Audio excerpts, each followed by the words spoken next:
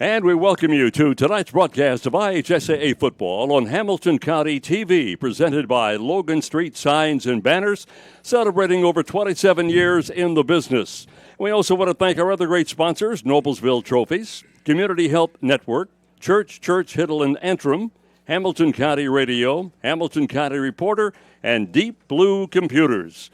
On a rainy night, we welcome you to Beaver Materials Field on the campus of Noblesville High School for tonight's 6A matchup between the Noblesville Millers and the Brownsburg Bulldogs. Along with Lucas Lico handling our video tonight, Will Wolford, our producer.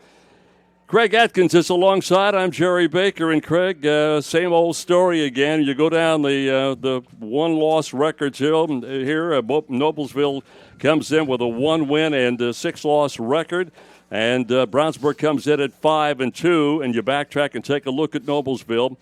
4 of those losses, they lost to the number 2 team at 5A, Indianapolis Cathedral. 9th-ranked Carmel. That's this week's poll I'm talking about. 12th-ranked Fishers, 13th-ranked Westfield. Tonight they get Brownsburg at number 5. And to cap off the season, next week they get the privilege of going to Avon to play the number 1 team in the state in Class 6A. So it's just another trip down the lane for Justin Roden in his second year as a head coach here. It's been a tough year, and it doesn't get any easier over the next couple of weeks. Yeah, tough year, and just strength of schedule. Obviously, Noblesville obviously plays one of the tougher schedules in the state. Everything you listed the first 7 weeks, and then number 1 in week 9 next week, going to Avon to finish up the regular season.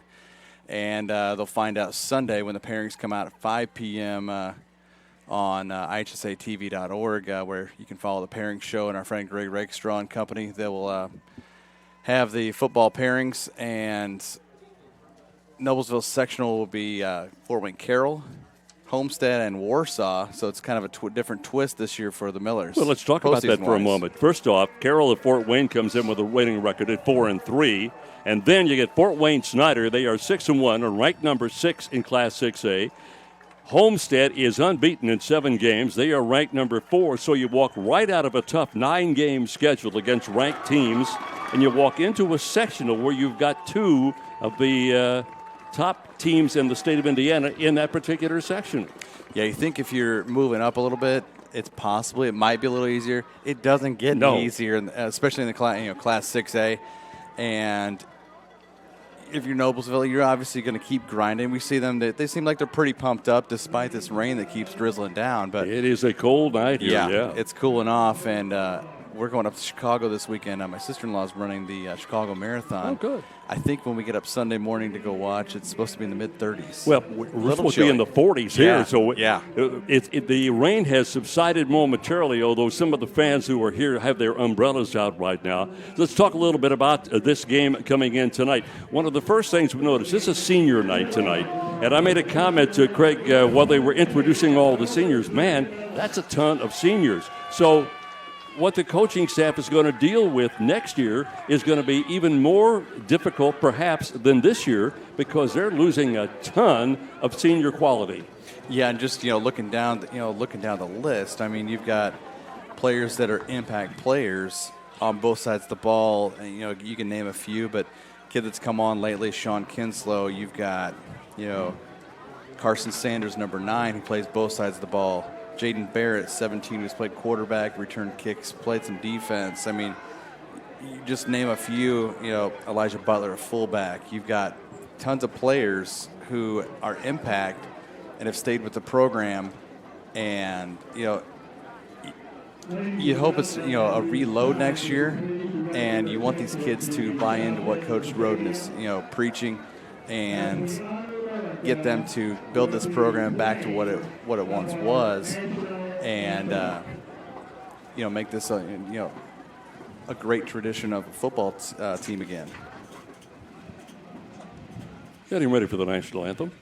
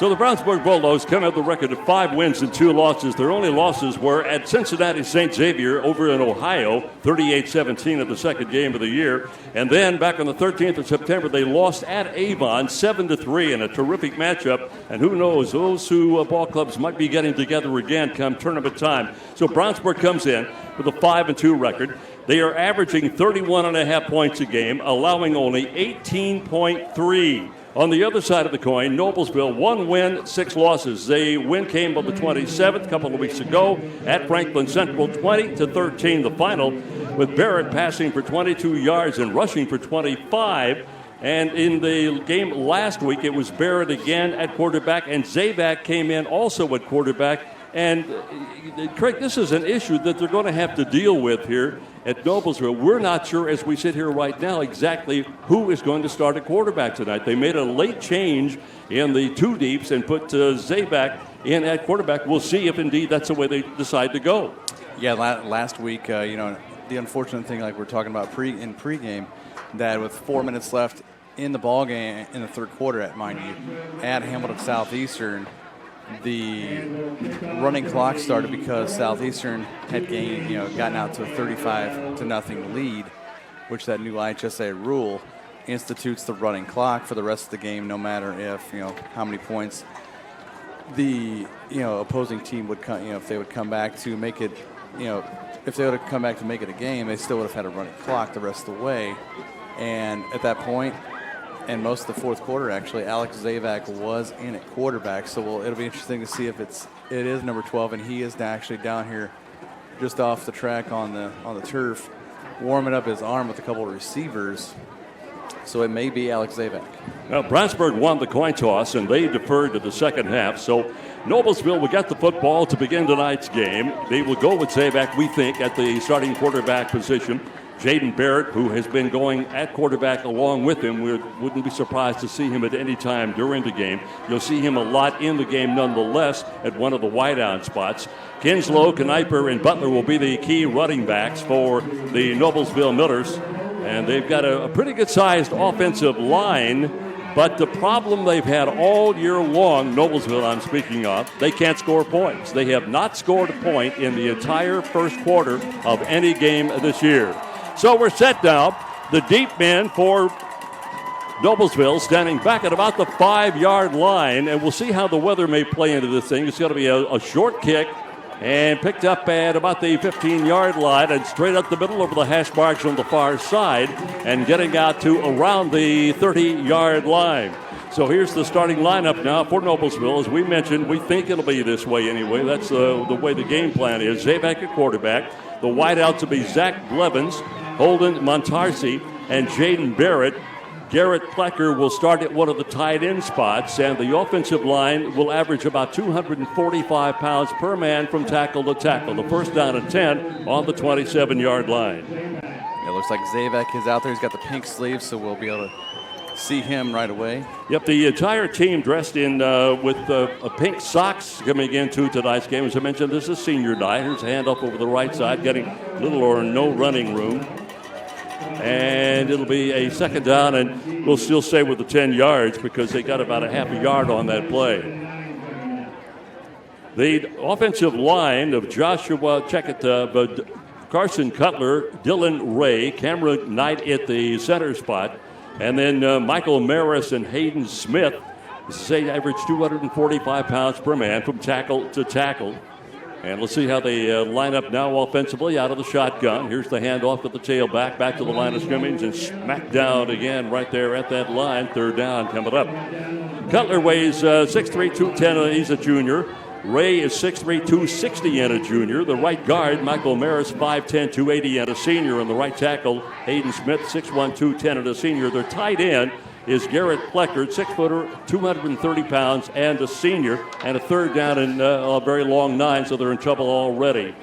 Craig? We're going to try and possibly see what Alex Zabak has. If he completed, honestly, a 42-yard pass to Jaden Barrett for the lone score last week for the Millers at Hamilton Southeastern, so we'll see what happens here on third down. Third down and long. He's going to fire on that third down, gets the pass complete out to the 35-yard line, but it's going to be about 3 yards shy of the first down, so a punting situation already. And as I pointed out, one of the problems that the Millers have had this year is getting outscored. They have just been blown away in the first half of their games throughout the year. They have been outscored in the first half 150-21 and have not scored in the first quarter of any contest this year. Here's one of their key offensive weapons, Braden Addison. Punt almost the long snap almost went over Addison's head and picked up at the 31 and knocked down. And let's see if the ball is loose. If it's loose, Noblesville says they have the football. No signal yet from the official on the far sideline. Here's take a look at it again. Here is the high snap. A good play by Addison just to get a hold of the football in that slippery condition out there. Yeah, that returner number 1 out there for the Bulldogs. It was like Preston Terrell. Touched it, and as soon as it bounced off his chest, the Miller pounced on it. Couldn't see who got that ball, though, but Noblesville at the Brownsburg 29. Oh, check that. Check it. They did. They turned the ball over to Brownsburg. Apparently, they either recovered it or was down on contact. So Brownsburg will start their first drive from their own 29-yard line. They have Ben Easters at the quarterbacking spot, and he's one of the good ones. The pass is caught out across the 35. We'll call it the 35. A gain of 6 on the play on a first down and 10. It'll be second down at 4 yards to go for the first down. First quarter of play, first possession by Brownsburg. They'll try the left side, pick up 2 or 3 more yards, be shy of the first down. Third down coming up. Easters is, as I mentioned, one of the good ones. Last week was 14 of 17 for 220 yards, 2 touchdowns, no interceptions, in a 54-14 win over Zionsville. So they'll go for it on third down. No, they gave him a first down. So it'll be first down and 10 over the left side again on the ground. That'll be Marcus. And Donnie Marcus just adds to that passing attack. Last week, in addition to the 220 yards passing by Easters, Marcus rushed for 29 carries, 229 yards, and 2 touchdowns. Well, Craig, it's pretty hard to stop that two-man front right there. Yeah, it's not too bad. Donnie Marcus having a great year. 5.6 a carry, and Ben Easters obviously the ball's on the turf now. Pass was out in the near side to Preston Terrell. And incomplete. I thought for a moment they might call that a lateral, but instead it's incomplete. So it'll be third down now, and a 6 yards to go for the first down. Brownsburg averaging, as I mentioned, 31.5 points a game, giving up only 18.3 per contest. Good offense, both offensively through the air and on the ground. Hand off left side, going to get the first down, running room out there. And good enough for the first down across midfield and down to around the 45 or 46-yard line. So here it is again. 15. And off on the left side, that's Marcus again. And Marcus gets the first down, but he run out of bounds somewhere around the 40-yard line. In fact, they're going to mark it right at the 41. And another first down. Second first down of the drive, Marcus again. It's like we may see a steady diet all night with this result coming down. Easters on the year, 76 of 137. He has passed for 1,271 yards, 17 touchdowns, and during that time, Craig has only thrown 2 interceptions. That's really taking care of the football. Yeah, it's not too bad as a junior, 55% passing. Second down and 5. And here comes Marcus again, straight up the middle. Good enough for the first down. And that'll be the third first down of the drive. Rushing-wise, Donnie Marcus, 172 carries, 966 yards, so he'll go over the 1,000-yard mark tonight. He has 4 games of over 100 yards rushing, and he has scored 6 touchdowns. That's a 2-headed monster out there right now. Clock running at 7:45 to go. First possession of the game for Brownsburg. And again on the ground, as Craig pointed out, we see a lot of ground game tonight. The ball has got to be a little damp, a little slippery. And the rain has, at least for the moment, subsided. Maybe a little bit of a sprinkle now and then, but nonetheless not as bad as it was. It'll be second down now and 4. And straight up the middle and over the right side, angling this time. That looks like Devin Jones carrying the football this time around. Yep, his second carry in a row. So Jones will get the first down, and this drive has been steadily moving forward. And they are now down at the 18-yard line. Marcus back in at the running back spot, gets the handoff, circles left side, cuts down toward the end zone, and it's going to be marked down about the 3 or 4 yard line, stepping out of bounds over there. So it will be a first down and goal. 10th play of the drive. Out of the I, lined up again. Jared Hughes is the H-back. Let's see if they got it or not. No signal yet. Yeah, there's a signal for the touchdown. And let's see if we can pick up who they handed the ball off to this time. Did they hand it off to Marcus? Nope, quarterback keep. Yep, Easters kept it himself. So Easters hangs on to the football in the 11th play of the drive and gets the touchdown.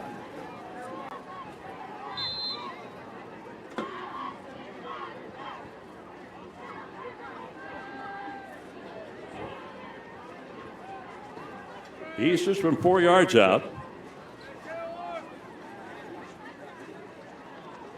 I think that was 4 yards, was it not? Or was that down near the 1? It may have been down. I think it was on the 1. Yeah, they marked it down at the 1 yard line. One after was good.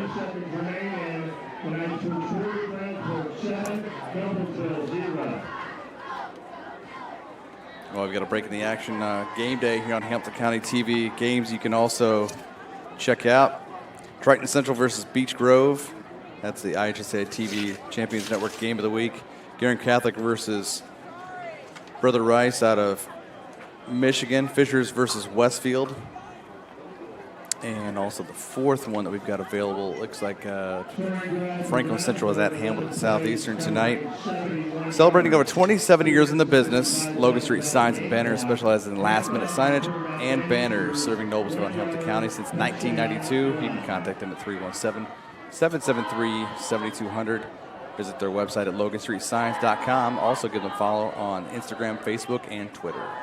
11 plays covering 71 yards, a 1 yard touchdown run by the quarterback Ben Easters, 7-0 with 6.5 minutes to go on the first quarter of play here at Noblesville High. They will kick it off again. This time it's going to go into the end zone, and it'll be a touchback, and Noblesville gets the football for the second time. First time they had it was 3 and out. They had to punt the football away. That's the same old story they faced all year long. They simply cannot move the football, and defensively they're in such a situation where they've got to stop the opposition. If they don't get it done, they drive it up the field very easily and come into the end zone, and right from the get-go you're almost playing uphill. Yeah, you don't honestly. It's obviously a good thing to get recognition, but you don't want your punter to be your most recognized player. Right now he is. Yeah. So it's first down and 10 for the 20-yard line. They'll keep the football, and Pack will move it forward for a couple of yards.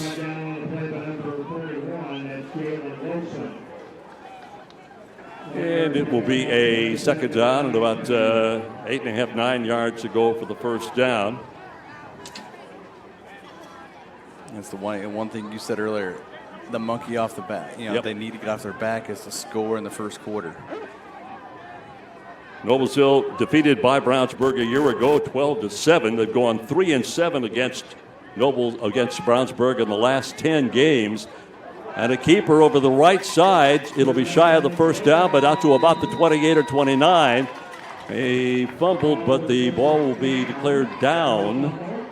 And it'll be marked out at about the 29-yard line. So we gain of about 8 yards on that play. It's interesting, overall, the last win that Noblesville had over Brownsburg was back in 2016. They beat them 22-21. But overall, Noblesville leads the series dating back to 1970, 19-18. Very well-balanced series, and 5.5 to go in the first quarter. I recall one of the conversations, Craig, that I had. We got a timeout here, and let's see who took that. I think that Brownsburg did. Yep. Brownsburg timeout. Noblesville Trophies offers a large range of products, including sports trophies, corporate awards, and in-house embroidery. Noblesville Trophies provides you with same-day service for those last-minute decisions. Contact them at 317-773-7391 or check them out online at noblesvilletrophies.com. You know, one of the conversations I had before the opening game of the season, Craig, with head coach Justin Roden, was we were just chatting about. He said he knew his ball club was going to struggle a little bit this year. He said what we want to do is shorten the game. In other words, keep that clock rolling. Well, they're keeping it rolling, but unfortunately the other team is rolling right into the end zone right now. So I don't think we'll see many passes tonight from Noblesville, partly because of the weather situation, which isn't all that bad right now. But nonetheless, they simply cannot move the football through the air or on the ground, and now we're in a 4th down and 3. You know, and that same kind of, I guess, mantra or attitude about that first interview you had with Coach Roden kind of reminds me when Notre Dame basketball coach Mike Bray had to install his burn offense and burn the clock because their offense really wasn't the best offense, but they could play some defense. So you got to work with what you got. Yep. Oh, they faked the punt. And they're going to get the first down. They'll come to the near side and be knocked out of bounds across the 35 at about the 36 to 37-yard line. So a gutsy call by the coaching staff at Noblesville, and they get the first down.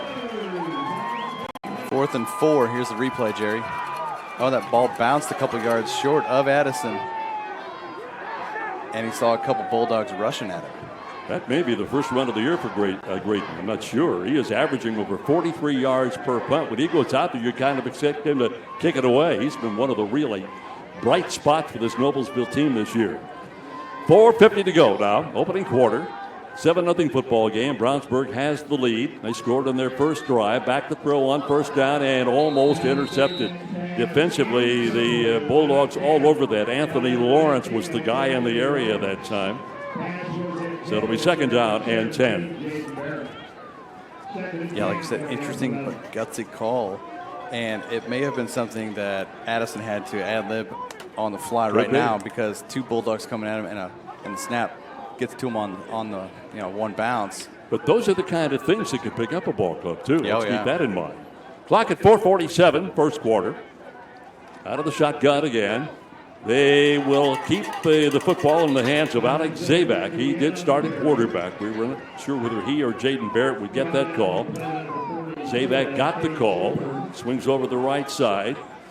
And it'll be 3rd down and about 8 yards to go for the first down. The clock continues to wind down to 4.5 to go. Noblesville's total passing yardage this year is 297 yards. They are 24 of 75 through the air. That gives you an indication that there just is no air game there. 3rd down and 8. Here's Zabak. He fires. Oh, my. And it is caught, I guess, that they signal. Now they're saying incomplete. I think it went through, looks like it went through the hands of Cam Keys, number 7, after it went through the intended receiver's hands. So it'll be a punting situation again. Brownsburg will be ready in case they want to pull the trigger on something fancy again. They will not. Oh. And we'll get a flag for the first time in the game. It'll be a procedure call against Noblesville. That'll back them up 5 yards.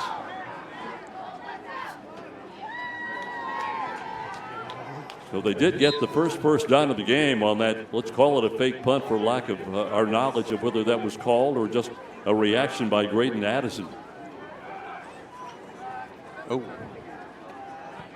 Here's the low line drive that hits at about the 39 and taken at the 35-yard line. I don't think he wanted to chance that ball hitting off his chest again. That was then number 1, Preston Terrell. He dove on the ball there. 25 yards on the punt that time, well below the average of Graydon Addison. So 2 possessions and 2 punts so far for Noblesville. And Brownsburg gets the football for the second time. Their previous drive began back at the 29. This time they'll start right at the 35-yard line. And they will have Donnie Marcus carrying the football. And Marcus will get the first down. Marcus, as I mentioned, 966 yards, and he will get over the 1,000-yard mark. He's averaging 5.6 yards per carry, 138 yards per game. His longest run of the year was a 79-yarder. When he does go out of the game, which is not all that often, Brandon Burks will come in to replace him. He hasn't had a lot of carries this year. A pass is caught. Caleb Marcus. And that will be good enough for the first down.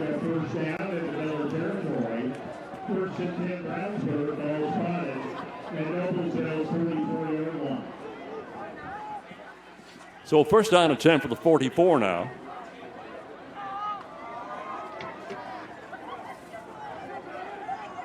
Clock winding at 3 minutes, 35 to go. Left corner trying to turn over there once again is Marcus. And right at the first down marker, we'll see where they spot the football, looking to put it down right about the 35-yard line. In fact, they put it right on the 35, so they got about a yard or so to go for the first down. And he is now at 1,033 yards on the season.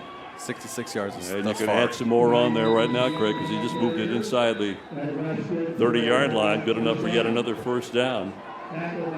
First drive they had, beginning of the 29, 71 yards for a 7-0 lead. They had 5 first downs in that drive. That's the 3rd first down of this drive. And the clock continues to wind down to 3:15 to go in the opening quarter. Fumble in the backfield. They'll pick it up and fire and get the pass completion down to the 15-yard, the 25-yard line. Pass complete that time to Luke Lacey. So even when they fumble the football, they come up with something good. Yeah,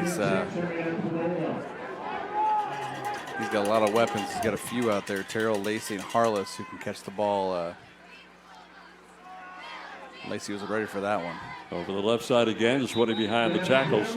Preston Jarvis, John Sales on the left side. Pete Niagara in the middle at the center. Then Dorian Keys and Austin Moore operating that right side of that offensive line. Good-sized offensive line, as a matter of fact. They average 262 pounds per man from tackle to tackle. 2.5 to go in the opening quarter. 7-0 football game. Brownsburg scoring the first time they had the football. They've got it right down and on a drive that began back on their own 35. And in motion is Jared Hughes, the H-back, resetting to the left side. Here's Marcus again. And he will be shoved out of bounds. It's going to be inside the 10. They'll mark him down at about the 8. And that's another first down.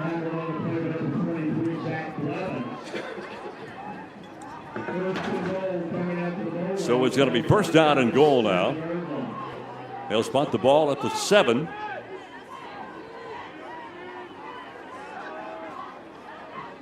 Marcus inside the 5, down to around the 3.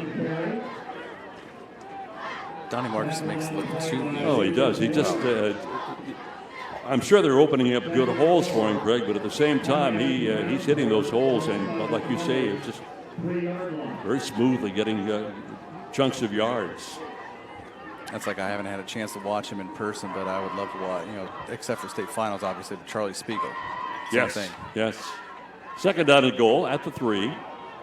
And here he goes over the left side. Easy run into the end zone for the touchdown.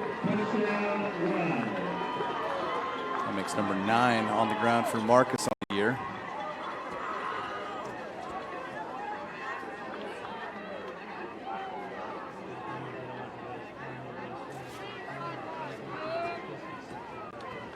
So for the point after, Clay Chase will come in now to try to knock one home.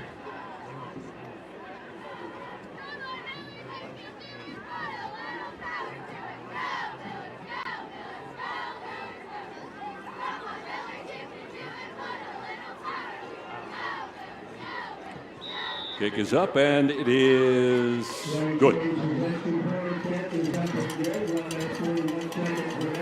So 65 yards, 10 plays.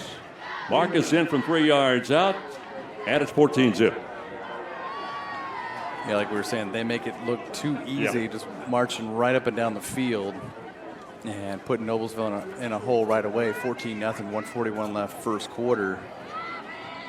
Brownsburg at the start of the season beat Ben Davis for the first win ever against the Giants. Now that series doesn't go back all that far, but nonetheless they started the year off on a 29-24 advantage. And I'm going down the list here, looking at Marcus. We're talking about his running right now. Marcus had a 213-yard run against Fishers, and that has been his best effort so far. I'm sorry, he had a 229 last week against Zionsville. So 2 games over 200 yards rushing, and the rest have been spread out from a low of some 44 yards against Cincinnati St. Xavier. It's one of their losses, 38-17. So here is the kickoff again, taken at about the 7 or 8 yard line, straight up the middle, and look out, running room out to the 35-yard line. About a 30-yard return that time, and good field position now for the Millers. And that was number 17, Jaden Barrett, on the return, big return. The first time we called his name, by the way. Yeah. He's averaging just over 19 yards per kickoff return, so no surprise there. He got a bunch. That Jim got about 30 yards. 12 carries, 96 yards for Donnie Marcus so far, Jerry. A minute 35 to go in the opening quarter of this football game. 14-0 now with Brownsburg out in front. They've had the ball twice and scored twice on long drives. Here's the little inside handoff. Got a little bit of running room up to the 40, 41-yard line. That will not be, of course, good enough for the first down, but a nice little effort nonetheless. We've said his name twice now. There's Jaden Barrett with that 5-yard pickup. This drive for the Millers starting at their own 36-yard line. Just need to get something going here, Craig. They just can't put anything together. The last drive, which was kept alive by that fake punt, got them a first down, the only first down they have in the game. 1 minute to go in the quarter. Keeper by the quarterback, pulling his head forward, getting out to about the 43. And another third down coming up for the Millers. Already 5th carry for Alex Zavak, so it looks like they're putting, they're trusting him as a whole to run this offense and kind of right the ship a little bit. This would be a big third down for them right here if they could come up with something. They desperately need some positive vibes out there. Clock running down to 20 seconds to go. This will be the final play, perhaps. So the quarter, little missed bobble in the backfield, and they're going to lose, instead of getting some yards, he's going to lose about 5 or 6 yards. Back to the 40. And here we go, punting again. And a bad snap that Zavak almost lost behind him. Good thing he one-handed caught that. As we pointed out, it's been very chilly. I wouldn't say cold just yet, but it's been chilly. It's been wet, damp. You get a kind of a read off that of the lights across the way. Just not a very pleasant night. I commend those who managed to come out to the game. So that is the end of the first quarter of play in tonight's game. Brownsburg out in front after getting the ball twice and scoring twice. 14-0 is your score. Community Health Network is Central Indiana's leader in providing healthcare services where and when patients need them. With any questions, you can contact Community Health at 317-355-7775 or check out their website at ecommunity.com. Other games of the Hoosier Crossroads Conference tonight. Number 1, Avon at 7-0 is at Zionsville. Zionsville is 3-4 on the year. Well, they got a good game going at Westfield, not too far from where we are. 12th ranked Fishers at 5-2. At number 13, Westfield at 4-3 on the year. And Franklin Central, 3 wins, 4 losses, is at Hamilton Southeastern tonight.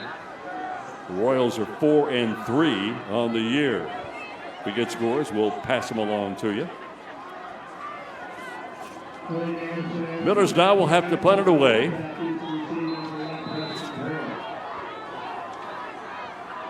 Line of scrimmage is the 40-yard line. And Braden Addison is in to do the job. Another high snap. He does get it away. It's a wobbly kick that hits on the 36 and will roll dead at about the 34-yard line. That's only a 36-yard punt for Addison. So 3 possessions now for the Millers, and each time they've had to punt the football. Yeah, not a good sign so far, and kind of taken off from where they left last week at Southeastern. So hopefully they can, as the rain continues to just drape itself across the sky. At the 34-yard line, a first down and 10, and straight up the middle, and look out. This could go all the way. Up the far sideline, that is Marcus, and Marcus will be... Did they give it to him? Or I'm not sure. There's no signal. No, they're going to mark him down at about the 4-yard line. Let's see if we can tell if he went out of bounds before he dove at the pylon. That is a 62-yard run. And at first and goal at the 4. Marcus will get it. They'll try to reward him with the touchdown. After that return, indication from the side judge that they're going to mark him down at about the 1 or 2 yard line. Second quarter just getting underway here at Noblesville tonight at Beaver Materials Field. New sponsorship for the Millers. Quarterback sneak. And they're all in the end zone. And everybody's in there.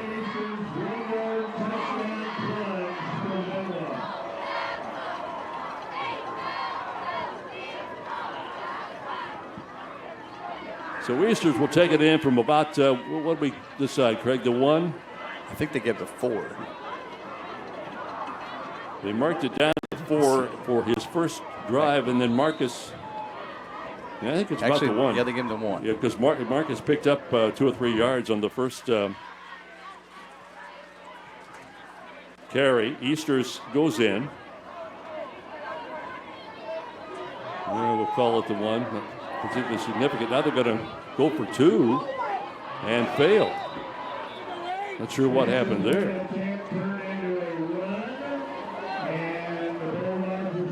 Yeah, I'm not sure if that was a mishandled snap and they had to run. Holden picks the ball and ran, or what that was.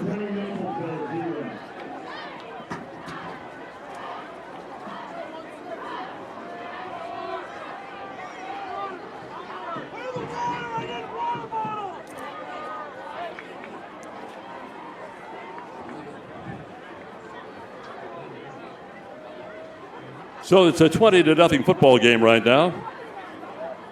3 possessions and 3 scores now for Brownsburg. Bulldogs are coached by John Hart. He's in his 4th year out of the West Side. 31-8 record. 35 years overall, 297 wins, 90 losses. His Indiana record's 145-34. 7 years at Evansville Rights. Went 73-17, won a state championship down there in 2007. 4 years at Warren Central, went 41-9, state champions in 2009. He is the 6th winningest active coach and number 11 overall in Indiana history.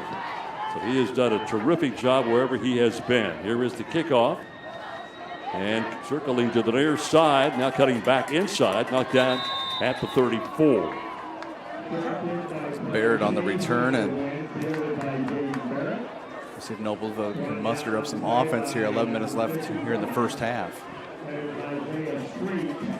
They continue to change the football because it can get really damp out there. Even though it's not getting wet, perhaps, Greg, it gets kind of icky. Let's put that. Is it icky? Is that proper? We could use that word, icky. This time they'll start at the 34-yard line. It just gets wet and damp. Not easy to catch or hand off. Just a miserable night's what it really is right now. But if you're at a football game, it's okay. In fact, the most comfortable people here are probably the players. Coming to the near side, pass is going to be caught. Was he in bounds? Yep. Oh, yeah. It's a good throw and a really nice catch that time. Like Barrett caught that. That's a good throw and a good catch. Here it is again. Early near side, really kind of it double teamed, but it managed to get the pass away. And it is picked up by Barrett, yeah. It looked like right there in front of number 19, Anthony Lawrence, a defensive back, kind of surprised him. But Barrett snuck in there right there at the 45. You get the first down. That's only the second first down of the football game for Noblesville. This time caught right at the line of scrimmage before much could happen. So pretty much a loss of a yard, perhaps maybe a half a yard. In fact, they'll spot the ball down right just behind the 45-yard line. The line of scrimmage is pretty much in that area. So it's only second down and 10. Brownsburg is number 10 in Class 6A in offense with 31-4, as I mentioned. And their average win margin is 13.1 points per game, which is number 10 also in Class 6A. They are ranked by both the Associated Press and the football coaches as number 5 this week. Here's the pass that is caught. Another good throw. That's been close to a first down. That's Holden Montarsi on the catch, I believe, that time. So they get the first down. And they move the chains again on the far side. Millers on a little bit of a run here. This drive beginning back of their own 34. Zabak against Hamilton Southeastern a week ago. 2 out of 3 for 42 yards, a touchdown. Barrett, when he was in at quarterback, was 1 for 6 for 7 yards. So they were 3 of 9 for 49 yards in that game. Timeout on the field. Noblesville will take this timeout. That'll be their first timeout of the game. And the clock showing 9:54 to go in the first half. 20-0 football game right now in favor of the Brownsburg Bulldogs. Since the establishment of Church Hill and Antrim in 1880, our neighbors, community leaders, businesses, and school districts have placed their trust in us to solve their most challenging legal issues. We have a rich history of helping our clients when they need it most. Give us a call at 317-773-2190 or simply visit their website at cchlaw.com. Jerry Baker along with Craig Atkins and the rest of our crew tonight. Interesting, you talked about the tournament draw. Noblesville will be in sectional 3. We talked about that with Carroll, Fort Wayne, Homestead, and Fort Wayne Snyder. Then next year they switch sections altogether. They go to sectional 4 with Fishers, Hamilton Southeastern, and Westfield. Well, thank you very much. Just, you take us out of 1 where we're getting beat up really bad, and you stick us over here with the likes of Fishers, Hamilton Southeastern, and Westfield, who you know are always going to be competitive. It's a different kind of meat grinder. Yeah, it is. This is a different name. First down and 10. And that more than likely means that Carmel will go to the sectional just south. Yep, Carmel's going south. Yep. It's been a little while since they've been in the south. Everybody and his brother yelling for Carmel to get out of the north. Well, you got your wish. They're going south. Now, I'm not sure if you and I talked about it or Perry and I talked about this. That's all well and good. But the northern half of the draw in 6A is not particularly strong. You look at the rankings and there are teams up there, but I'm telling you right now, it's not as strong as the southern half of the draw. No, not by any means. Not by a New Prairie beat Penn last week. I mean, it's all you need to know right there. On a second down and 10 and stacked up right at the line of scrimmage. In fact, maybe even a loss there. I think he lost a yard. Zabak. So we'll call it third down and 11.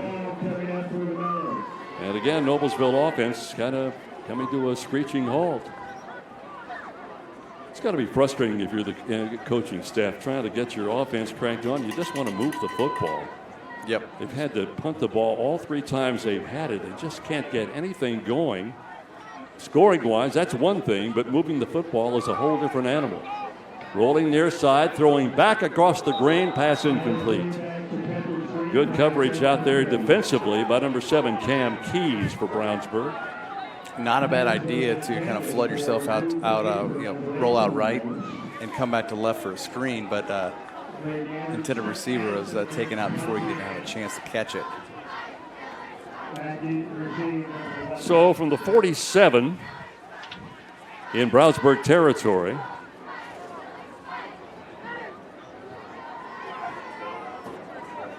Here comes Addison again for the 4th time. Another high snap, but he got it.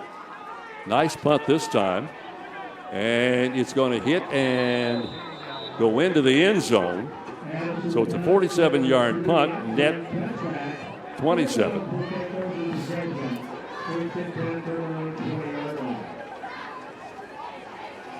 Programming announcement for Hamilton County TV. HCTV is going to be live twice for soccer sectional championships tomorrow.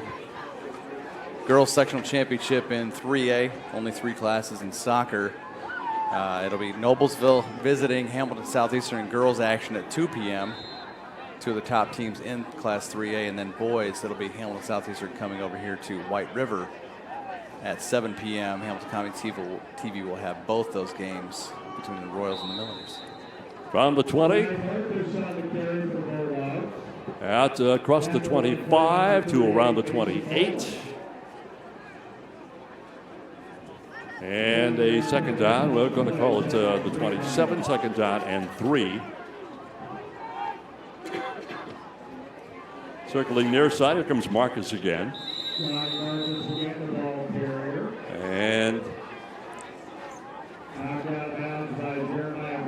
got him just about they're going to give him a first down. Very close to the line to gain. So they give it to him, spotted at the 32 with a 25 to go. Brownsburg offensive line with Sales, Jarvis, Niagara, Keys, and Moore.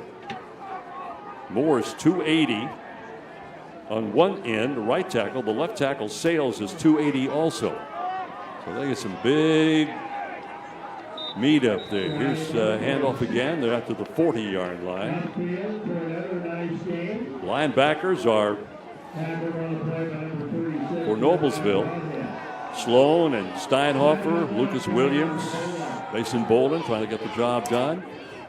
Deep, the safeties are Zach Blevins and Aiden Richardson, with Blaine McNabb and Camden Nagel filling in at the cornerbacking spots. It'll be a second down and 1.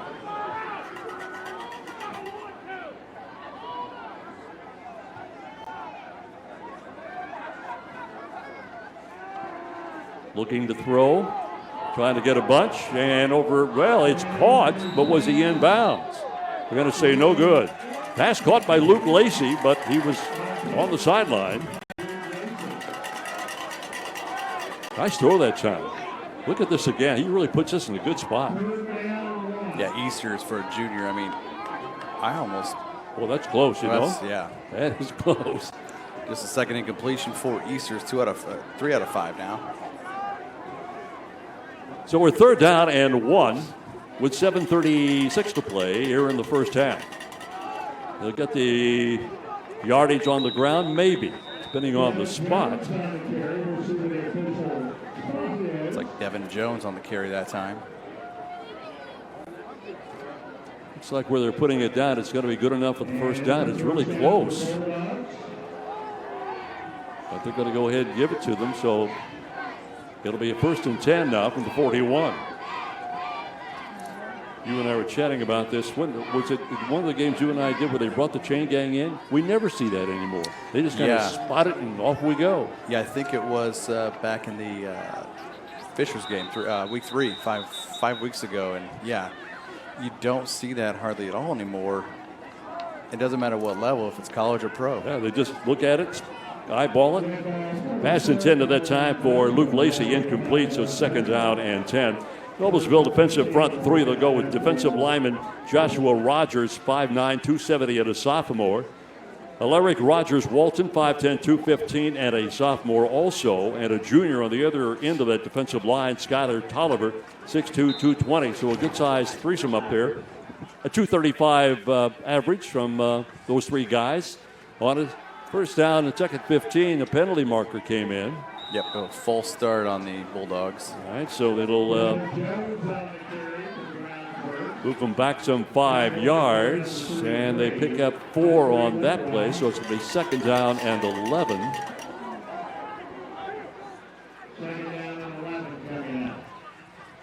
Clock winding at 6:45 to go in the first half. And again is Hughes resetting at the H-back spot over on the right side, right behind the right tackle. Here's the fake. Here is Easters. Going to fire on the run. Got a wide open receiver at the 42-yard line. Spun around inside the 40 down to the 38. Flag in the backfield now. And another penalty. So let's see if this has got to come back. So after a 22-yard pickup on the reception, let's see what his call is here.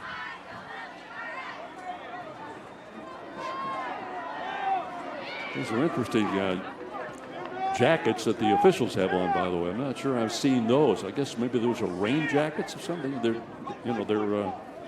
instead of tucked in. Yeah. It's got to be a holding call. Whoops, got him both ways. So forget that down. We'll run that play all over again. It'll be second down and 11 one more time. Pretty much the end of the road now.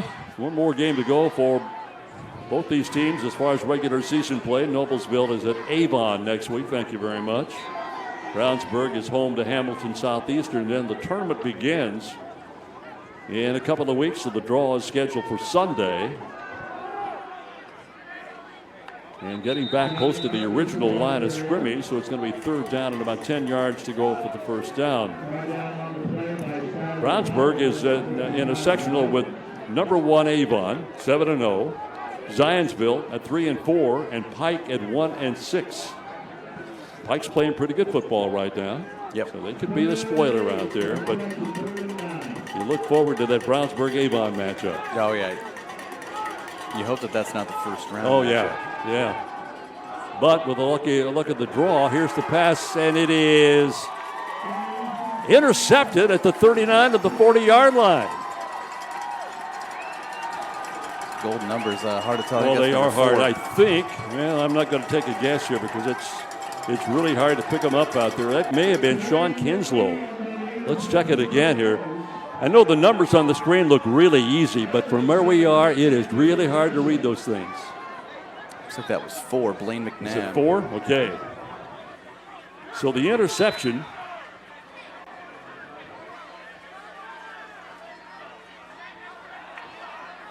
gives the ball to the Millers now at the 40-yard line, the best field position they've had to start a drive. Oh. And they're trying to go deep on this first play, and it is incomplete.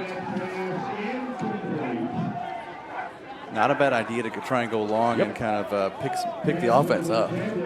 One of the things, if you're trying to find a positive, Greg, in this whole scenario when you're 1-7, you have freedom to take some gambles like that. And nobody's going to question you about it because you're trying to make something good happen out there. As I like to call it these days, you're playing with house money. You can do just whatever you want and try and figure out what's going to work best against this particular opponent. It's nice to play with house money when you're ahead by 20 points, right? But when you're putting together a season like Noblesville has had to put together this year, you can take some chances. The fans will appreciate that.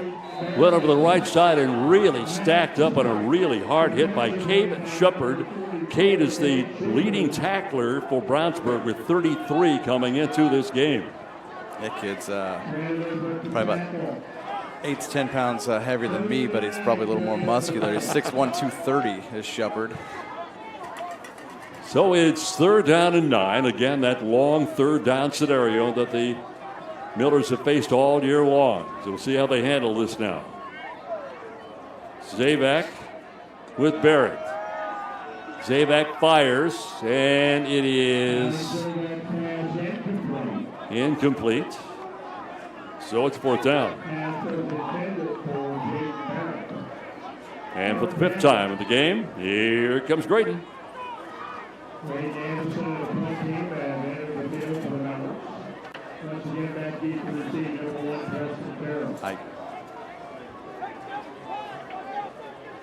This time we'll go from the 41-yard line. Officially, standing back on this 25, gets the punt away. Just about blocked by 22. And it is caught and downed at the 31.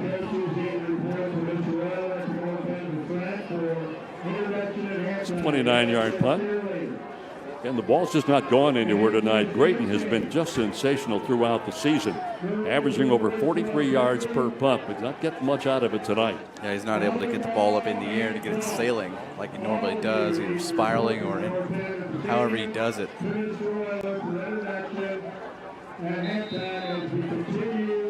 The fifth possession of the first half for Brownsburg now with 4 minutes and 45 seconds remaining. And they'll start at their own 31.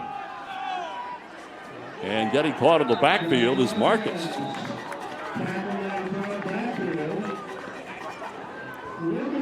It's like he might have dropped 4 yards back to the 27.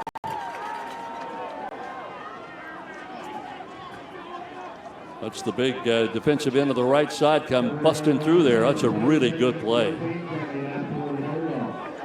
So a loss of 4. And it'll be second down now on 14.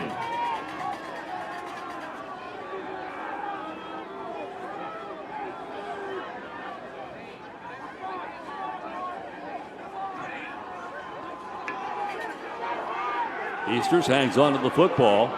He's in trouble. And they're going to get him back at the 24-yard line. He ran into a trio of Millers right there in the middle. So that defense really putting on a pretty good effort right now. 55, Skylar Tolliver in on the tackle. And it's third down. And about, looks to me like about 16 to go for the first down or 17. Third down and 17. Yeah, it looked like more of a loss than 3 there, but they drop the snap. Picks it up, hands it off, gets back to the 30-yard line, and a terrific defensive effort that time by the Noblesville Millers. Yeah, the first 3 and out, and Brownsburg forced the punt here with 3:06 left in the first half of play. So we'll see how Brownsburg handles their punting situation. Clay Chase is their punter in 6 games, 22 punts for 768 yards, an average of 34.9 with a long of 59 this year. He will get it away. Kind of a line drive punt and bobbled and fallen on right at the 35-yard line. So you're right, Greg, the first 3 and out. They had a 3 that went out, but it was on an Easter's run. Ended up in a touchdown. So first punt of the game now for Brownsburg. See if Noblesville can put something together with 2:37 left till half. They started here and there to show better signs of offense. Let's see what they can do here. Let's see if the defense has picked up the offense. Nice drive, nice defensive effort that time by the Millers defensive unit. Caught in the backfield, trying to snake his way free and getting positive yardage up to about the 40-yard line, so a gain of around 5.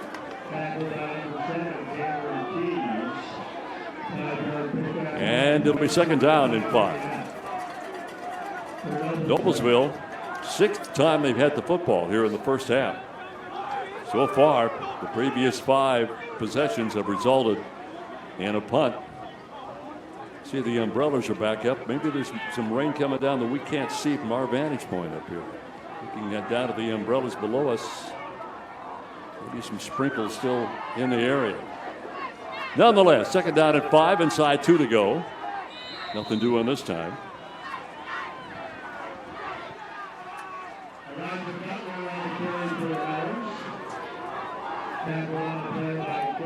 So it's third down and 5.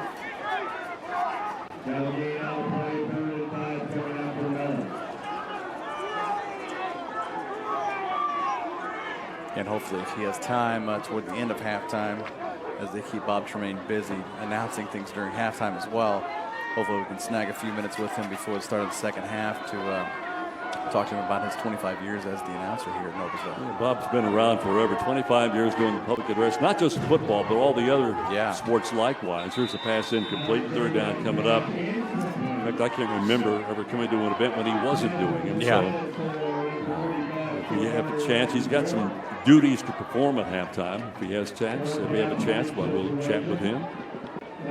Greg will talk with him about things that he might remember, what his plans might be. 1:06 to go. And here comes Addison again for the 5th time. Again, a high snap. He will get it away. This is a much better punt. It sails back to the 25-yard line, and it's loose, and I think the Millers may have come up with it. In fact, they have inside the 20-yard line. Let's see who recovers this.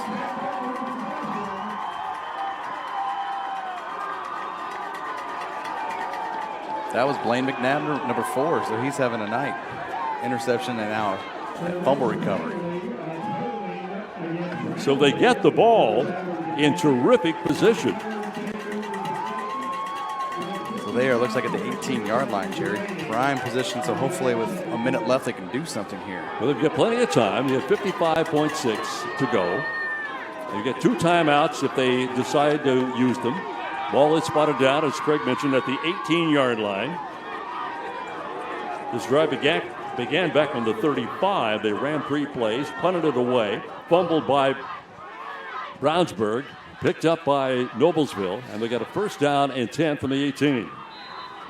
Well, let's see what Zabak may have up his sleeve right now as he sets in there. Wants to throw on that 1st down. Will fire near side, incomplete. Just about picked off there by number 3, C.J. Tanner.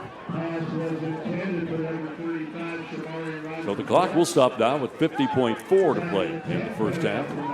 And again, would be so significant to get something going here. As I pointed out early in our broadcast tonight, they have been outscored. Noblesville has been outscored in the 1st half, 150 to 21. Now you can add 20 more to that, so it's 170 to 21. They had not scored in the 1st quarter all season. So here we go now on a 2nd down and 10 from the 18. Zabak's in trouble. They're going to sack him outside the 20. He'll spot it down probably around the 22 or 23. They're going in the wrong direction. The clock continues to wind. It stops at 38.1. Yeah, you might as well burn a timeout, and if you try and get something going here on 3rd down, and if at the very worst, get Addison out there for a field goal try.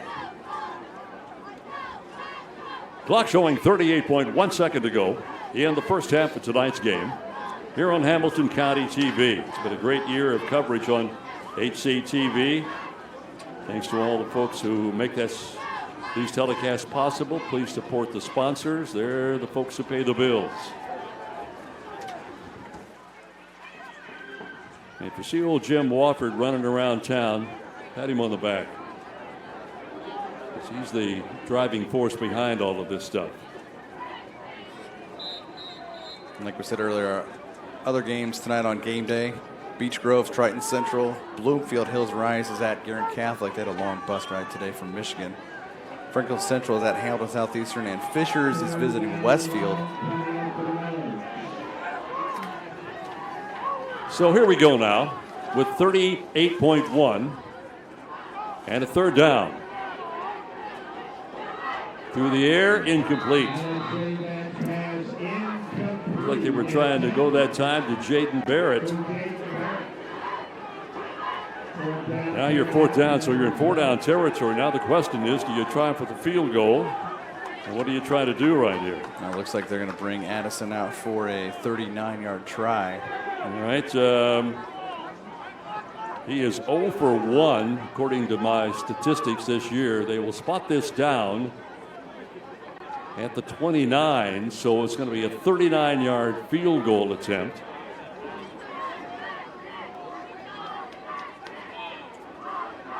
By Graydon Addison. It's got plenty of distance. It is no good.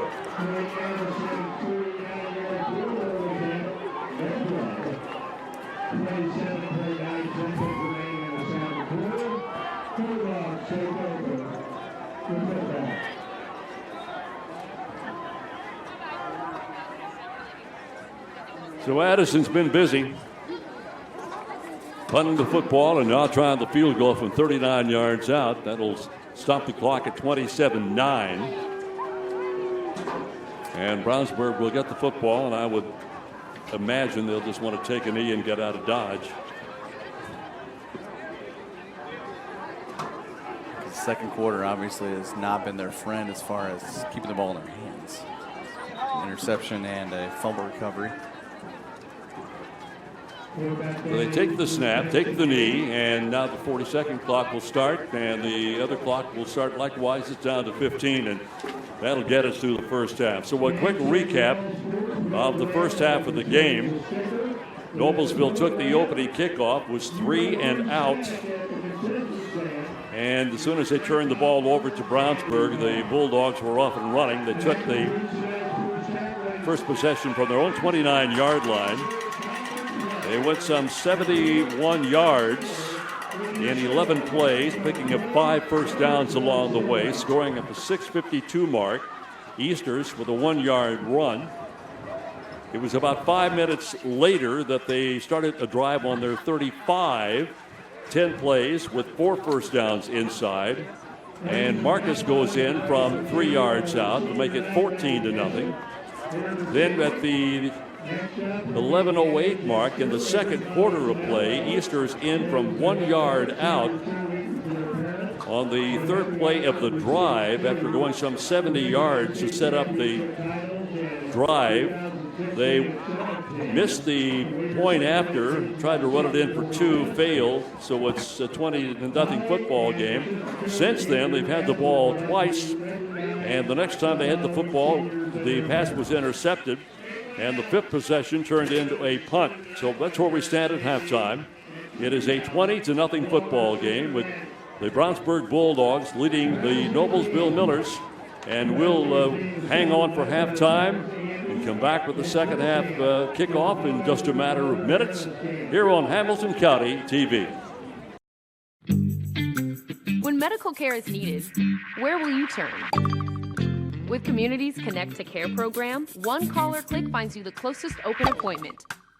Request a time yourself or let us do it. From a primary care doctor or virtual visit to a med check or community clinic at Walgreens. Just call or click. You can go right to our website or to me. Connect to Care from Community.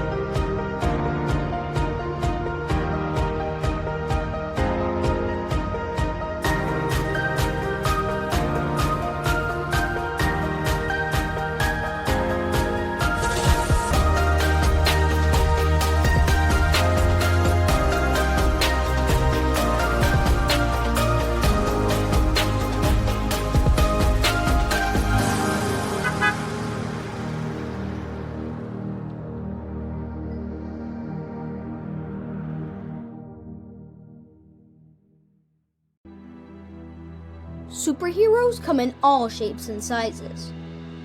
They don't always meet in an underground fortress. Sometimes they meet in places that appear to be very ordinary to most people. But inside, there are heroes in training. Some are smart, strong, or brave. Maybe they can build cities or heal people when they get hurt. But even superheroes need some help sometimes. With your support, we can change the world. Together, we are a force that can't be defeated. Support the club. Save the world. Support your local superheroes and donate now to the Boys and Girls Club of Noblesville at bgcni.org.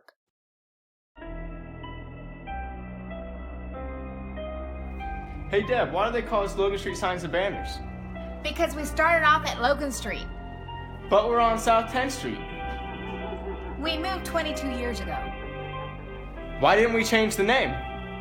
That would have just confused everybody and they wouldn't be able to find us. Now I'm really confused. Bill, we're Logan Street Signs and Banners, conveniently not located on Logan Street, but on South 10th Street in Noblesville.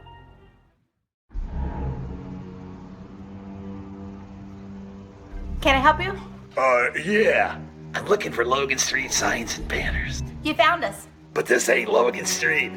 We moved 22 years ago. You're telling me that Logan Street Signs and Banners isn't on Logan Street anymore? Exactly. So what are you saying? Logan Street Signs and Banners, conveniently not located on Logan Street, but on South 10th Street in Noblesville, Indiana. Can I help you? Yeah, I'd like to order a hamburger, fries, salt, maybe a large vanilla shake. This is a trophy shop, can't you tell? You got carry out? Everything that you need, we have here at the shop. Very unique. You order today, carry out tonight. That's our version of carry out. All right, I'll take one of everything. Oh, that may take a little longer. We'll have it for you tomorrow night. I'll be back tomorrow to pick it up. We'll be waiting for you.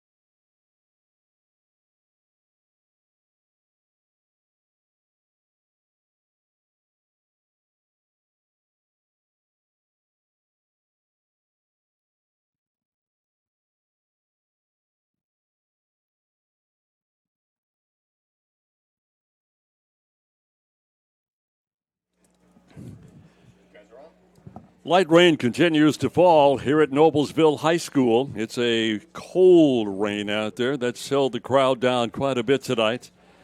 And so not surprising that that's the situation. Let's recap the first half for you. First off, at halftime, it's a 20-0 football game in favor of Brownsburg over the Millers of Noblesville.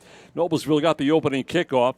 They were 3 and out, the first of 6 punts so far in the first half of this game for the Millers. Brownsburg took their first possession beginning on their own 29-yard line. 11 plays later, after 5 first downs, Easters, a 1-yard run, made it 7-0. About 5 minutes later, after a drive that began at the 35-yard line for the Bulldogs, and 4 first downs, 10 plays, covering some 65 yards.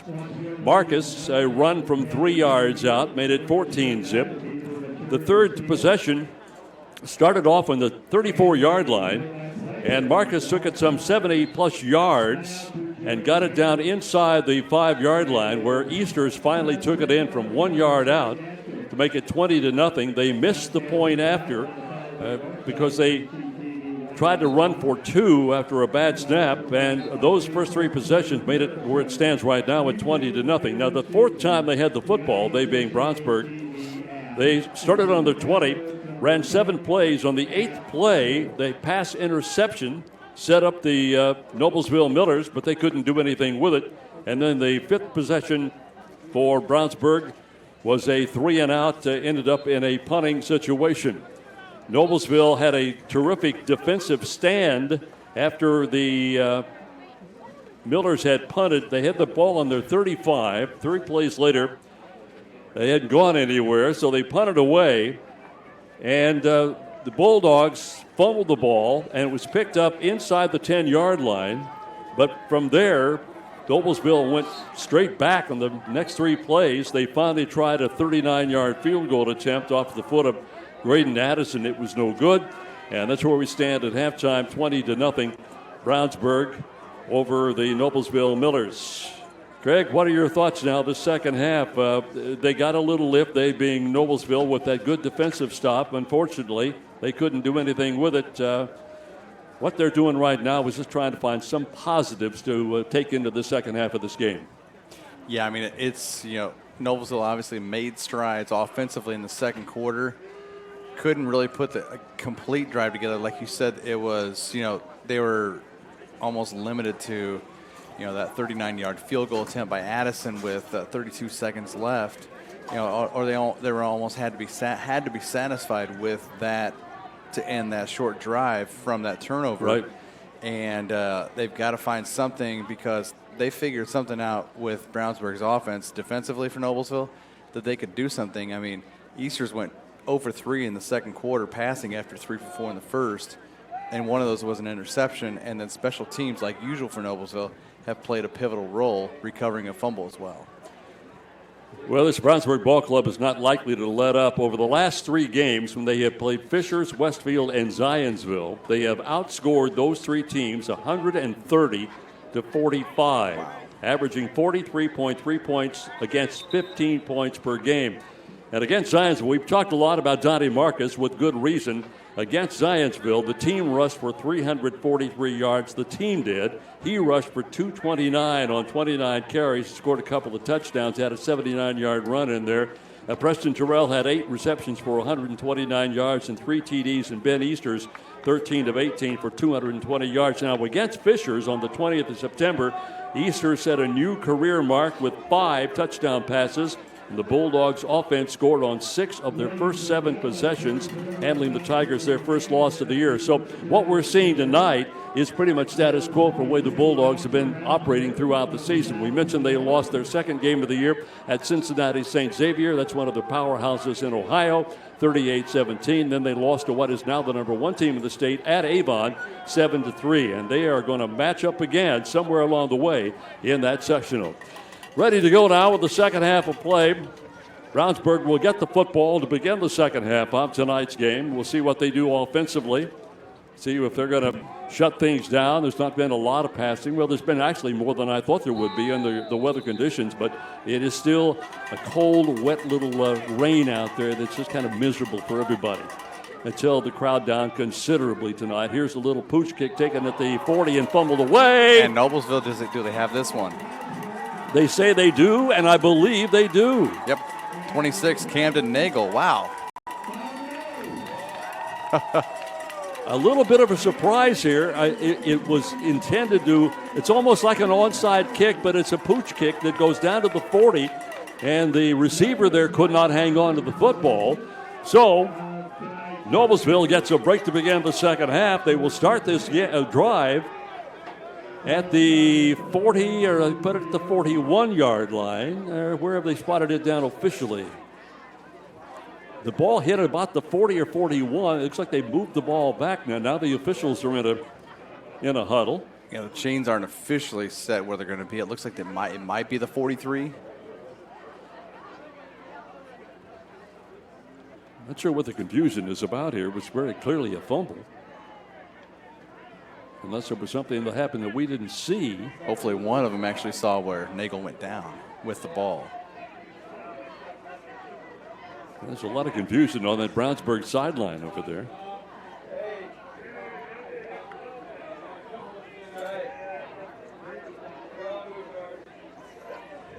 Well, now, wait a minute. Now, what have they got here? They're saying Brownsburg had it.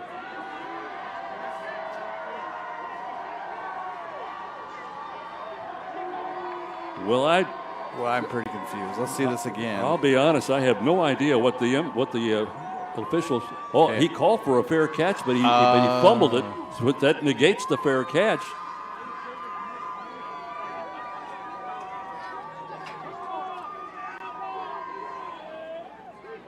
Are they re-kicking? Are they going to start all over again? Oh my.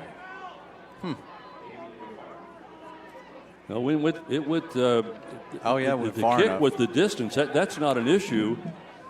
And even if it didn't, it would be a penalty, and there's no penalty implied here. I have no idea, fans.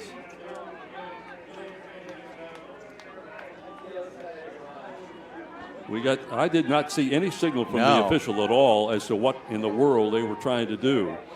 So we'll start all over again. So wipe those previous minute and a half from your memory bank. It didn't happen. Yeah, more per play. I mean, I don't know. I have no idea. Let's see if they try it again. And go this side. Yep, they will. And this time it is caught, which is what they were trying to do the first time. It's Jonah Billups. I just got word that it was an inadvertent whistle. An inadvertent whistle. Okay. It was a 20-point deficit. They could have given it to the home team. An inadvertent whistle. Okay. Interesting. Well, thank you, whoever gave that information to us. Thank you. Because we didn't have a clue. Andrew Trisler from the athletic department. That was quite confusing. All right, so now I think we're ready to go. And Brownsburg will have the football on their own 44-yard line. They'll hand the ball off and get across the 50 and into Noblesville territory. Ball carrier that time was, we're going to have to look at our sheets here because they're going to start running people in on us all over the place. Brandon Burks, 6. Okay. Short of the first down by a couple of yards, second down.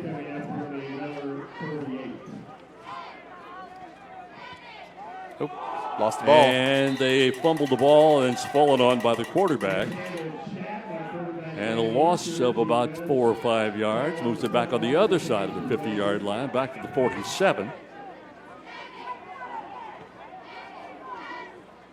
I got a suspicion right now that head coach John Hart is not real happy with his ball club, because if they play this way when they get into the sectional tournament in a couple of weeks, they are going to find themselves in a heap of hurt. Third down and 7. Just the start of the third quarter. Franklin Central 7, Hamilton Southeastern 0 over at Southeastern. Marcus again. Now it's a fourth down. They did not get the first down, so it's fourth down and about 5 yards to go for the first down. A little less than 5. And always a good one over at Greyhound Stadium. Carmel led Warren Central 7-0 at halftime. Ooh. Pretty good matchup there. You got it. So they're going for it on 4th down and 4 at midfield. Or are they? They're trying to get Noblesville to jump. Easter's looking toward the far sideline with the coaching staff. Setting up in the backfield with Donnie Marcus. And they hand the ball off to Marcus. He will circle left side and get the first down and more.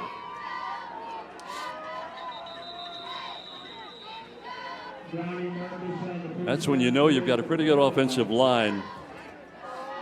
And you know you've got a runner that can pick up those necessary yards. And that goes back to what you talked about earlier, Craig. He just is finding holes. He's just running the ball really smoothly. He's a darn good football player, I'll tell you. First down and 10, at the 42. They're going to pass on the first down. They got a receiver upfield, overthrew the intended receiver. Trying to get the ball to Donnie Marcus out of the backfield.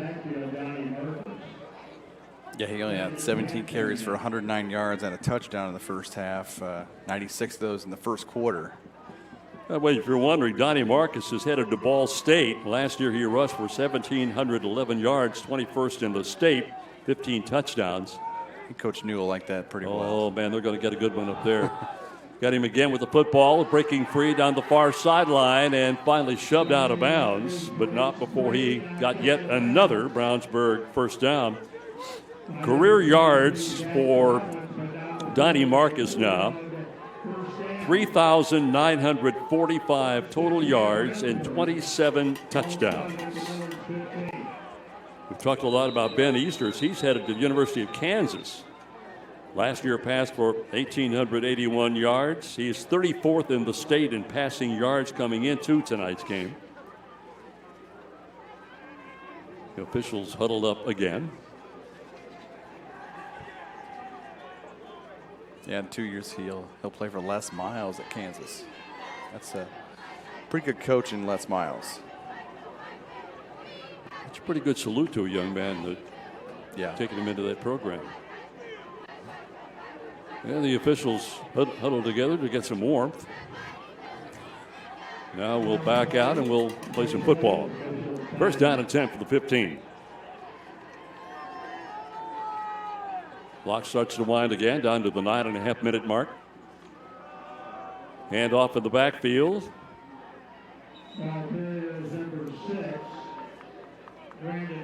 It'll be Brandon Burks running now at the running back spot.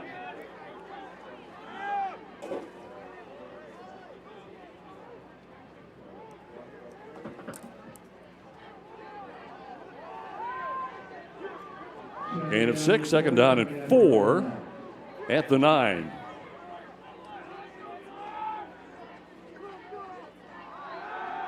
Throwing, and he dropped the football. It's loose. I think Noblesville might have it. And the scramble is on, and it is given to the Millers.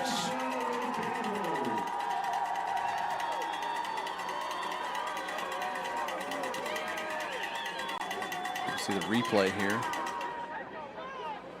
He just flat drops this thing. Snap is fine. And he just dropped it. He was looking to throw. He had a receiver down the left side. He looked that away and just let it get away from him. It looks like when he was going to draw back. There was no grip there.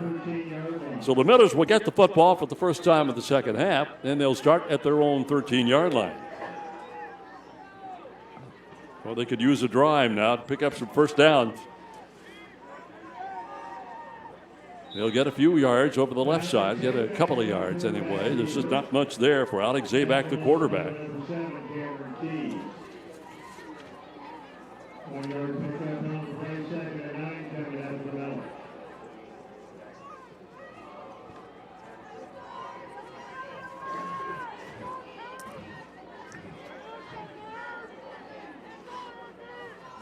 Trying to get detail on who picked up that fumble for the Millers. Hard to see from our vantage point. Such a scrum down there.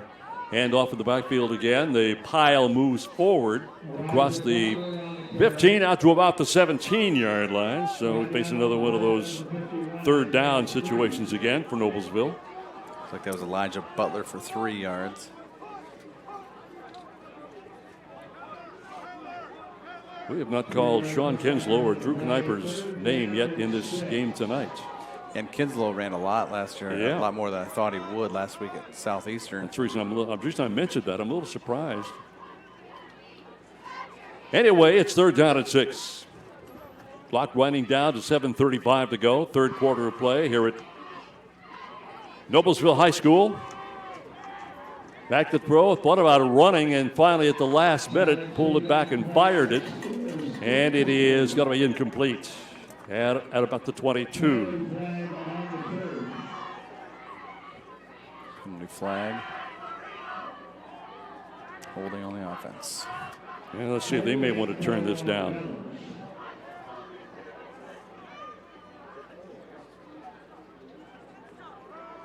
Holding, Noblesville, decline. So it's fourth down. And guess who? Graydon Addison is back. It honestly looks like rain, and you look up at the lights on the east side of the stadium, looks like the rain has actually dissipated any mist that was falling. Now, they still got their umbrellas up down below us here. Those Brave fans who came out tonight, well, they are bundled up. Yeah. We're just not ready for the first blast. You never are. Here is the snap. Here is the punt. And it's a pretty good one. Rolls set across the 50-yard stripe, heading into Brownsburg territory. Finally blown dead at the 46.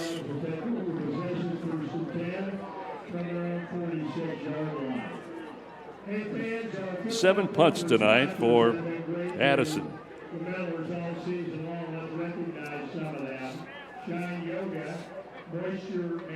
Well, Brownsburg will get it for the second time in the second half. First time they had it, they started the drive at the 44. Ran 7 plays and fumbled the football down in the 13-yard line.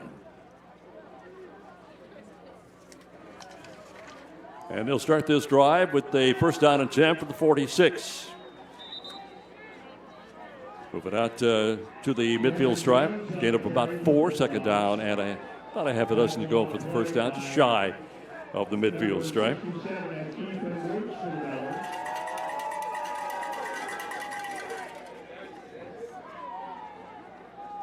And again, they'll just hustle up to the line and move it forward and try to get the first down and keep the clock moving. It's inside 7 minutes now. And it will be a first down.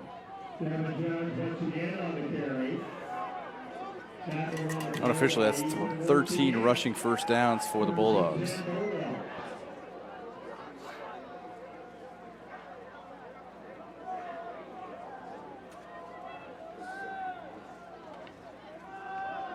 Left side again, Marcus. And he'll move it inside the 40, about the 37 or 38. Mark it down at the 38-yard line, second down. And about 4.5 to 5 yards to go for the first down. In that game against Fishers back at the 20th, they got a couple of players back that they had not had for a while. Here's the run again inside the 35, and a late flag comes in. Picked up All-State defensive lineman Dorian Keys and linebacker Cade Shepard returned after missing the first 4 games of the year, along with Josh Sales at left tackle. So they were not healthy at the start of the season, but they're getting there now. The penalty's going to be against Brownsburg. And they'll move it all the way back to the 48 of Noblesville.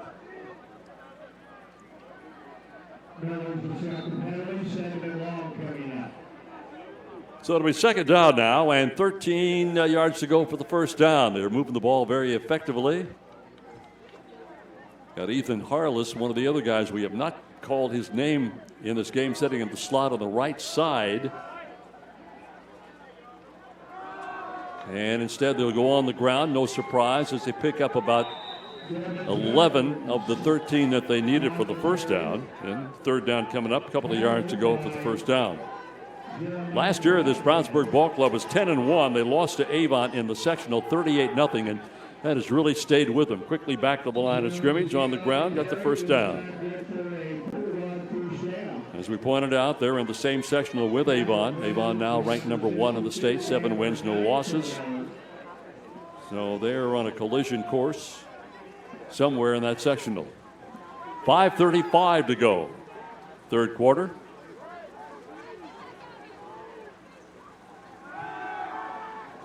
They will throw on third down and too far for the intended receiver. Intended for Preston Terrell. Terrell, by the way, number 46 in the state in receiving yardage coming into tonight's game. He is headed to Purdue.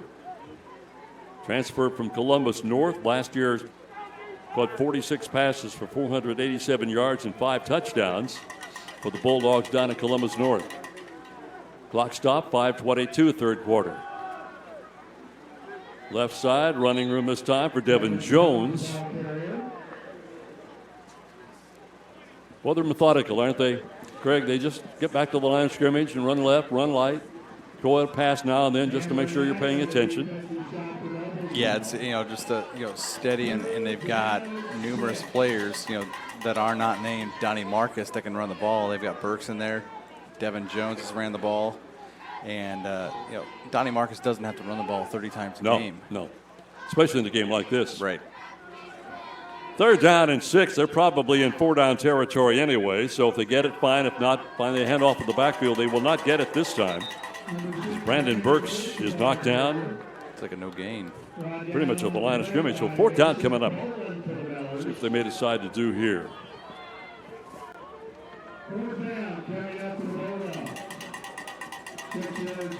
They have a field goal kicker in Clay Chase who has hit from 40 yards, but they're not going to go that way. Pretty hard to handle that football right now. Yeah, let alone kick it. Yeah, right. Fourth down at 6.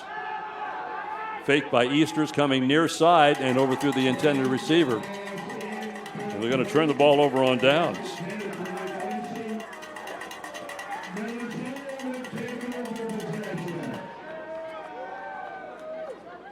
Well, the Bulldogs, after 2 possessions, have not done anything with the football in the second half. They fumbled on their first possession. They turned the ball over on downs in the second possession with 4:05 to go in the third. And that will give the Millers the football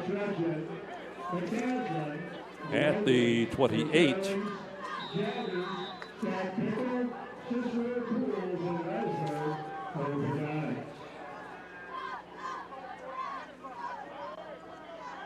First and 10 now for Noblesville.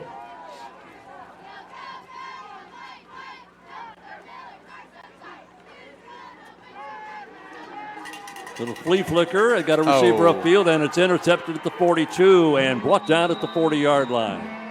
Brought down by the intended receiver. Here it is again. Little gypsy doodle. A lot of air under it. Yep. The play was there. The ball didn't get there. That's pretty simple.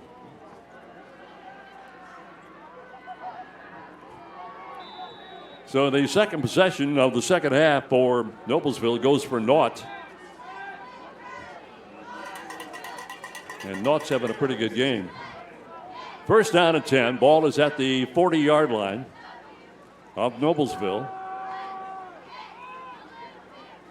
Couple of yards for Marcus. This is the best starting position that Brownsburg has had in this game. First time they've started in Noblesville territory. He's out of bounds, stops the clock with 3:50 in the third. Rain's starting to come down heavier. I just got to say the same thing. It's starting to pick up a little out there. Looking at the umbrellas down below us here. Second down and 8. Delay of game. It's like side judge on this side calls it false start. Yep.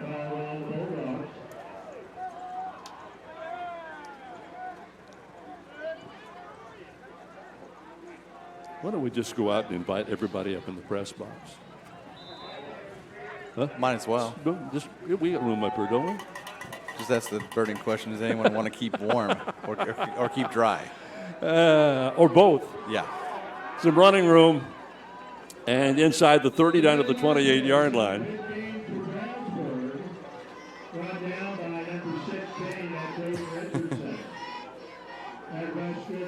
Be a mad dash for the 2 doors on each side. We're gonna hold a raffle. We'll hold a raffle in the first 25. That you got to come up here because we're okay. Marcus again down to the 20. Substitutions coming in now for Noblesville. This is one of the issues. We have not talked about this, Craig, but with these drives continuing as they have been, it's really wearing on the defensive unit out there of Noblesville. So they're trying to shuffle some warm bodies in there who are not sucking wind out there right now. Over the right side to the 15. And this time it is Burks.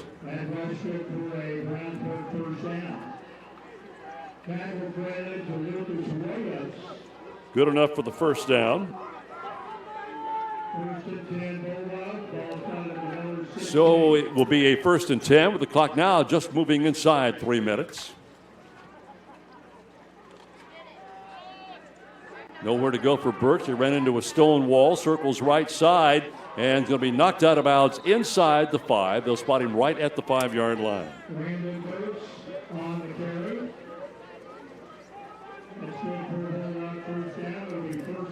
And it is another first down, 3rd first down of this drive. 3 first downs in 5 attempts. Now 1st down and goal from the 5.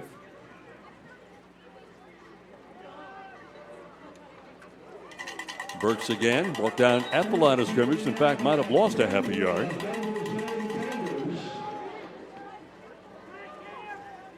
Burks getting some playing time, number 6, 5'7", 170-pound junior. You're wondering about the quarterback, Ben Easters, by the way. He is 6'3", 200, and only a junior.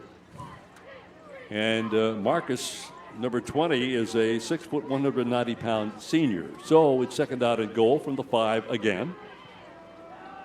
Burks will try it again, and again be brought down. I think he might have gotten to the 3. Skyler Tolliver, who leads Noblesville in tackles with 59, comes in to make the stop. And they will spot it down at the 3. 3rd down goal. Unofficially, I do have Donnie Marcus at 240 yards. Wow. That'd be the 3rd time then he has gone over 200 yards rushing.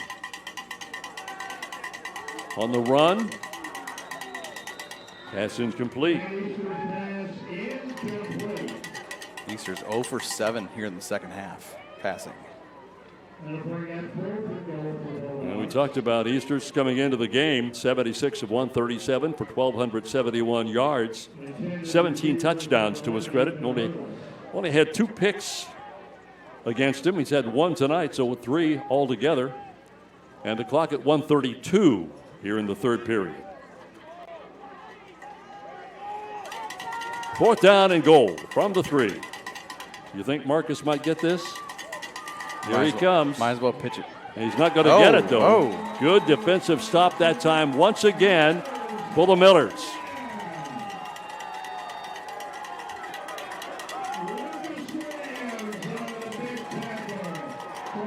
So it has not been a very lucrative 2nd half for Brownsburg. Their first possession, they fumbled at the 13-yard line. The 2nd possession, they turned it over on downs. And this possession, they've turned the ball over on downs. So the Millers will get the football, but once again, they are in terrible field position. Back inside their own 10 at about the 3-yard line. Yeah, this is somewhere where Noblesville obviously needs to. They need to get a first down. They just need some yardage. Here's what they need. And, did he get out of the end zone? I don't think he did. Hey, let's see. Oh, it's a fumble and a touchdown by Brownsburg. And I'm not sure who picked it up.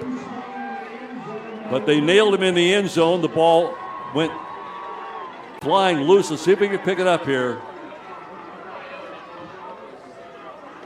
It was going to be a safety at best. Yep.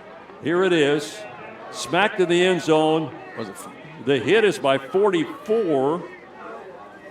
That's Shepard, but I'm not sure who picked up the touchdown. We'll try to check with the officials down the way.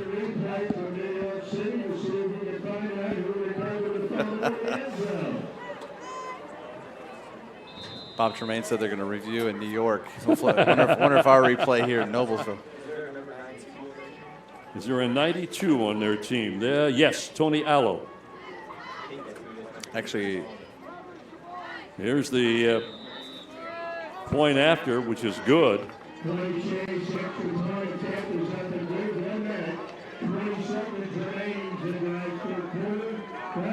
We think it's Allo, but we're not sure. Thank you, Will. 92 would be Tony Allo. Well, let's go with that for the moment.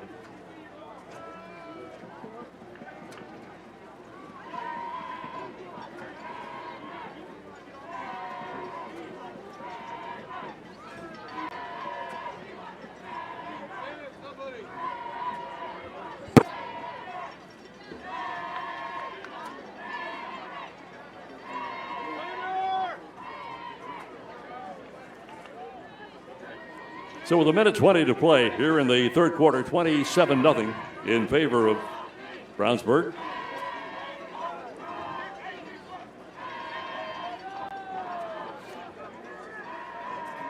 Well, I'm convinced, Greg, that when you're a team struggling, as Noblesville has been all year long, bad things happen.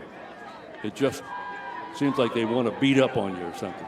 Yeah, it seems like nothing can go right. Absolutely nothing.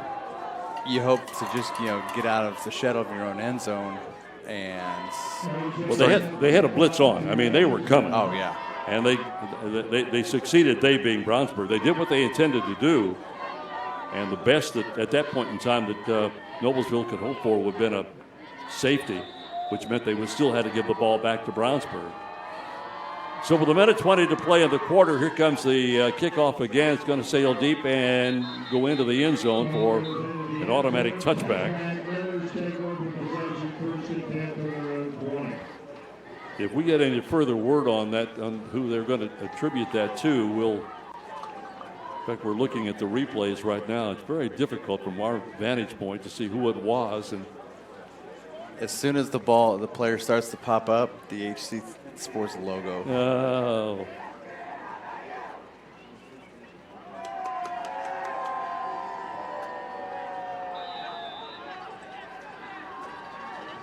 All right, so first down and 10 for the 20-yard line for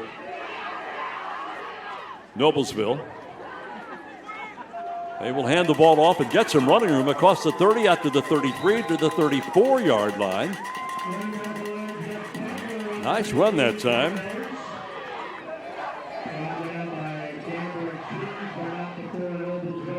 And a first down. That's the first down of the second half for Noblesville. Out to the 33, a gain of 13 on that play. Zavac stays in at the quarterbacking spot. Hands off and straight up the middle again, across the 40, out to the 41-yard line. Is that Butler again? Figured out who recovered that fumble. It was number 83, Manny Jackson. 83, Manny Jackson. Okay, Al, I'm sorry, you're going. 7-yard pickup. 2nd and 3 coming up for the middle. Jackson with the fumble recovery. 2nd down and 3 after the 7-yard rush that time. Down to 30 seconds to play in the quarter. We'll go up the middle again. Get to the 40 and be stood up right there at the line of scrimmage. All kinds of white shirts out there, led by John Billups. Number 7, Cameron Keys. And off the bottom of the pile, big number 95, Dane Middlebrook. And that's going to be the final play, I believe, of this third quarter. It'll be a 3rd down and 3 to go as we head into quarter number 4.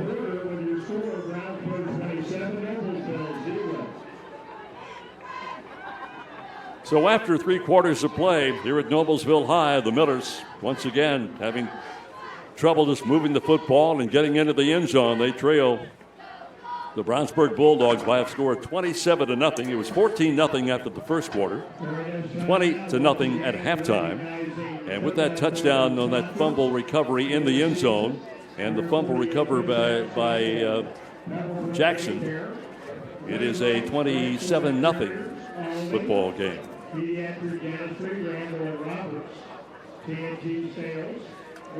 Celebrating over 27 years, Logan Street Signs and Banners specialize in last-minute signage and banners serving Noblesville and Hamilton County. Since way back in 1992, you can contact them at 317-773-7200. Visit their website at loganstreetsigns.com. Follow them on Instagram, Facebook, and Twitter. Fourth quarter. Once again, tomorrow afternoon, it's girls soccer sectionals, Class 3A. Noblesville girls will be at Hamilton Southeastern, 2 p.m. And then the boys, Hamilton Southeastern boys, will be at Noblesville at 7 p.m. Both those championship games here on HCTV. Quarterback keeper, Zabak will get the first down. Let's hope they have better weather tomorrow than what we're going through tonight. Zabak picked up 8. Gets the first down. That's the second first down of the second half now for Noblesville.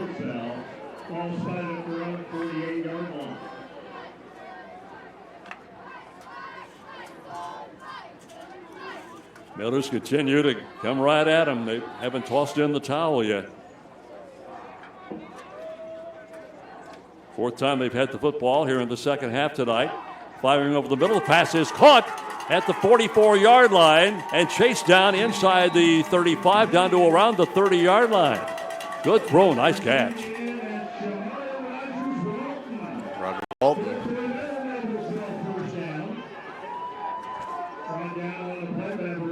So back-to-back first downs. Making the first down at 10 now at the 31. Pretty good arm that time shown by Alex Zabek. He put some mustard on that thing.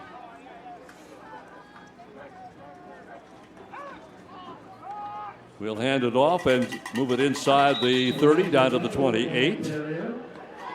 Gain of about 3 yards on that play. Just keep the line moving right now. Let's water down at the 28. Second down, 7. Zabek came to the near sideline. You see him going back out to the huddle now.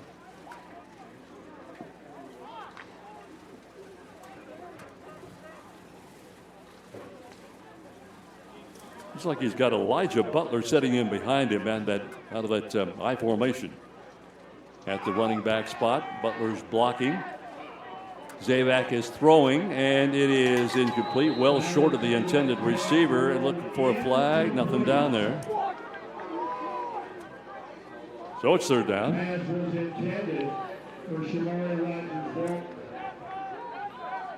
Third and 7 coming up for Mellors.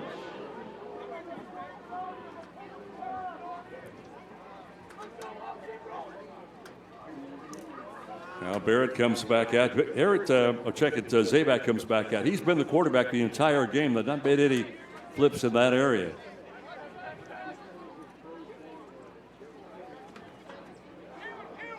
Look for him to try to go perhaps to Barrett this time. He's been one of the guys they've been able to throw the ball to. Instead, the handoff and caught behind the line of scrimmage. Absolutely nowhere to go for Butler. Yeah, that box was stacked. And then you saw number 41, Jalen Wilson, one of the leading tacklers for the Bulldogs. Just jumped right in there, and Butler went nowhere. So it's fourth down. Don't expect to see Addison come in to punt this ball away. It's 4 down territory. He's already punted the ball 7 times today. Clock inside 10 minutes now, and a timeout will be taken.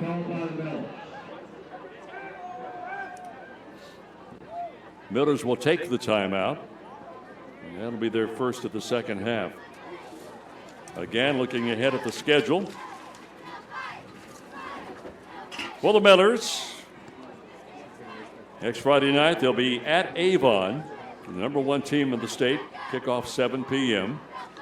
And then they'll begin sectional tournament play the following Friday And they're in sectional 3 with Carroll of Fort Wayne. That ball club is 4-3. Fort Wayne Snyder is also in there. They're ranked number 6 in the state in 6A. They're 6-1.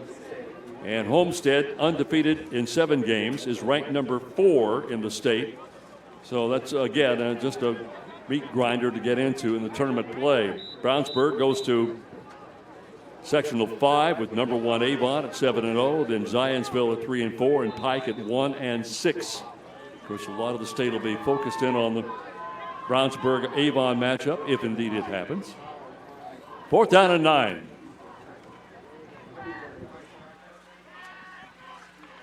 They just dropped the pass up over the middle, and they're going to get the first down inside the 20, down to the 17 or 18-yard line. That was Elijah Butler catching that football. Beautiful catch. That's a great play call that time.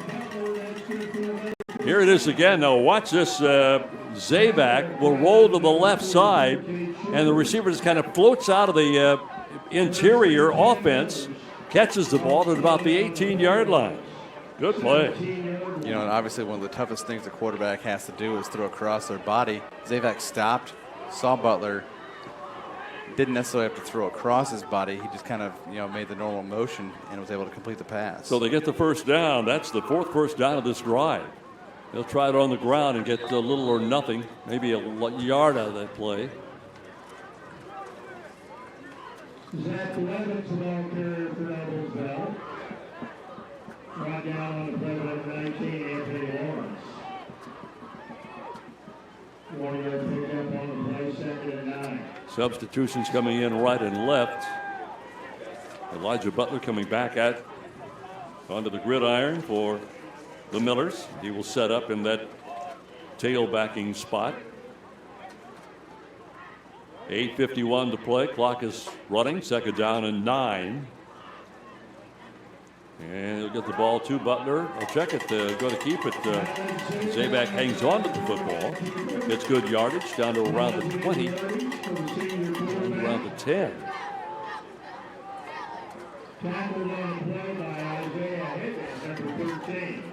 So 3rd down coming up. 3rd down and 3. And the best drive so far. This began back at the 20-yard line.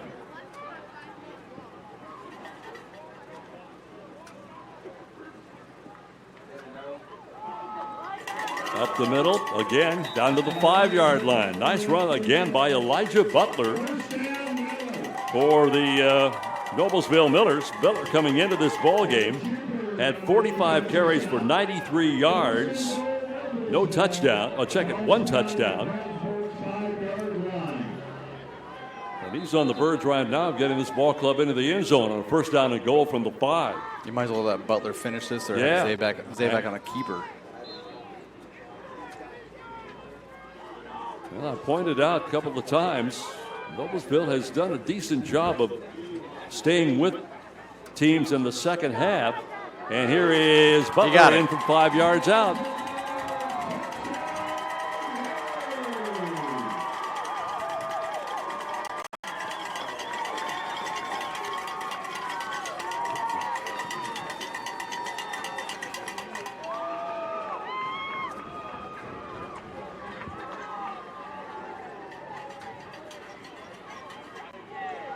Now the point after from Addison.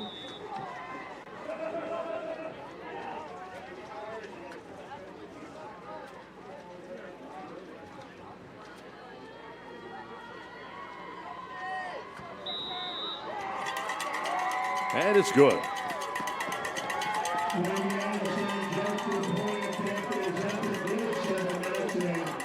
So unofficially, 13-play drive, 80 yards over 13 plays. Butler a 5-yard touchdown run at the 7:43 mark at the 4th quarter.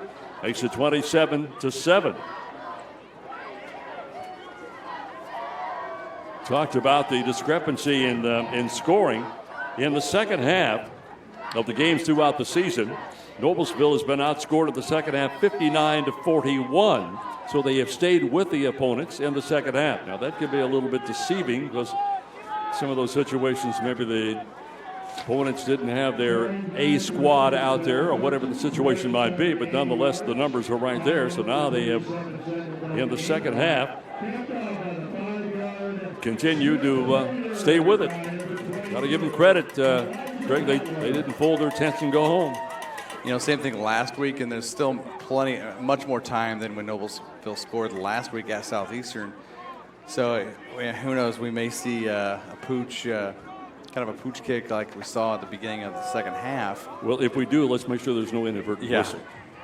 Everybody, get your whistle out of your mouth. Yeah. That was really strange. Really strange. Well, the Millers will kick it away. A couple of guys standing deep now for Brownsburg. Marcus and Terrell are generally the guys that take them.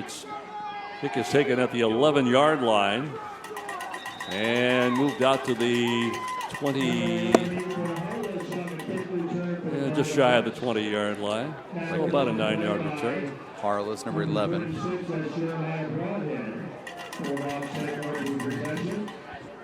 and 10. Ball spotted at the around 28-yard line.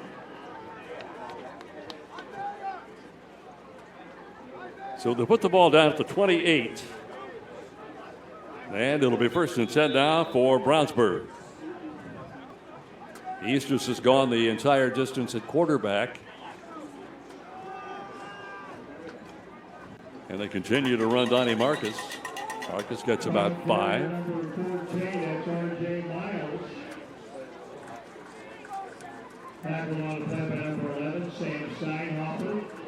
Brownsburg scored in the second half, but not by their own volition so much as the defense got the job done, tackling the Millers in the end zone, who fumbled it, and the fumble recovered by Jackson for the touchdown. 7:03, fourth quarter.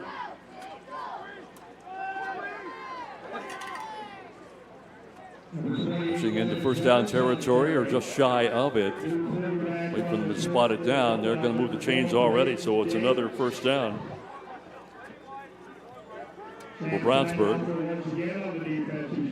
Fourth possession for the Bulldogs here in the second half. They've done nothing. They fumbled the first possession, turned the ball over on downs the second and third time they hit the football. And they got the touchdown of the fumble recovery in the end zone, and now literally, legitimately, I guess, their third possession of the second half. Looks like a new quarterback out there, number 12 for the Bulldogs. That'll be Braden Davis. And they will continue to keep the ball on the ground. I'd be shocked if it went in the air. They get it out to the logo of the inn at the 45-yard line.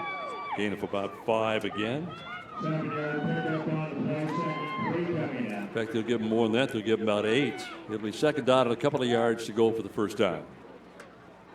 In no hurry, looking at the sideline, getting instructions.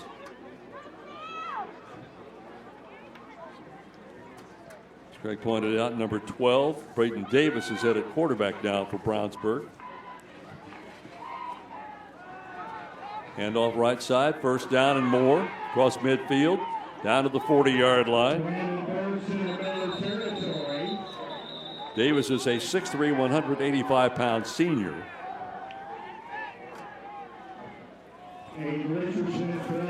So another first down for Brownsburg with 5:41 to play. Ball spotted on Miller's 40-yard line.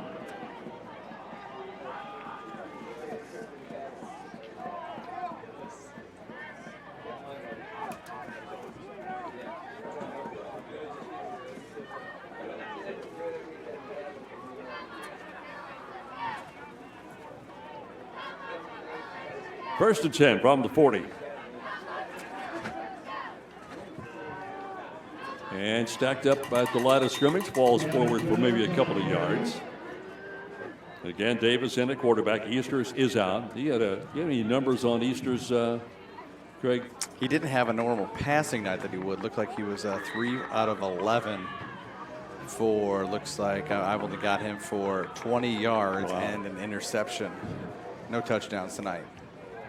Well, we'll lay off part of that on the weather. But he's had a couple of games where the numbers have not been that outstanding. But he's had other games where he's just been super. And we'll try it on the ground one more time. Looking here at Easters, he had 88 yards against Westfield.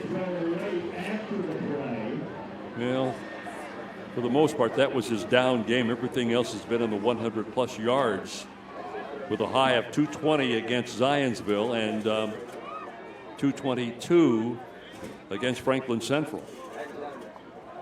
So it's second down and 8. Now, speaking of 200s, unless they bring him back out for any more totes of the ball, Donnie Marcus, 246 yards on 26 carries. Penalty called against Noblesville, moves the ball down to the 20-yard line and gives him a first down. First and 10 with 4:20 to play. Clock is running. Down to the 16-yard line, a gain of 4. Second down, 6.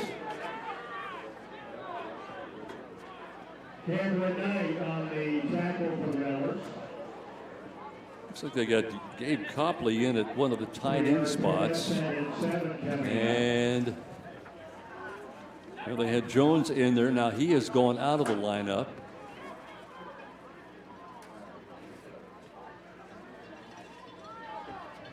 Yeah, it is Copley back in the backfield right now as one of the H-backs. And they'll move the ball forward down to the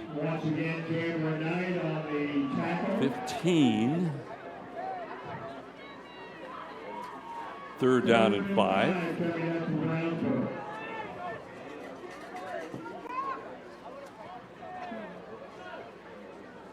To leave Diallo in now at one of the wideout spots. That's him right in the middle of your screen.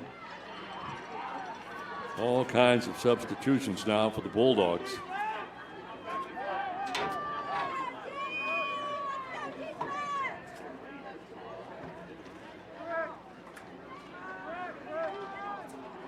Not sure he wanted to, but Davis kept the football that time. Lost some yardage. Back to the 20. I think that's where they started the drive. So it'll be 4th down and 10.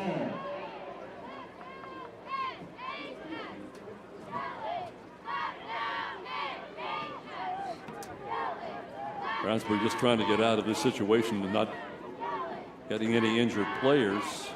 Throwing on 4th down, and it is intercepted at the 5-yard line and brought back out just shy of the 30.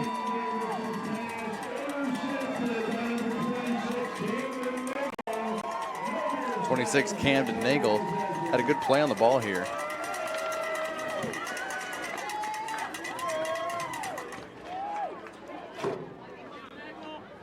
So Nagel gets the pick, and there's 2:13 to play. Boy, it's been a really miserable second half offensively for Brownsburg. They have done zip.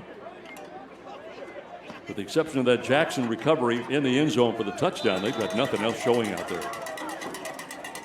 They've had a fumble, turned the ball over twice on downs, and a pass interception. In fact, that's the second interception that the Millers have thrown up against Brownsburg tonight. Nothing doing on the first play. So it stays at 2nd down and 10. We're inside 2 minutes now in the 4th quarter.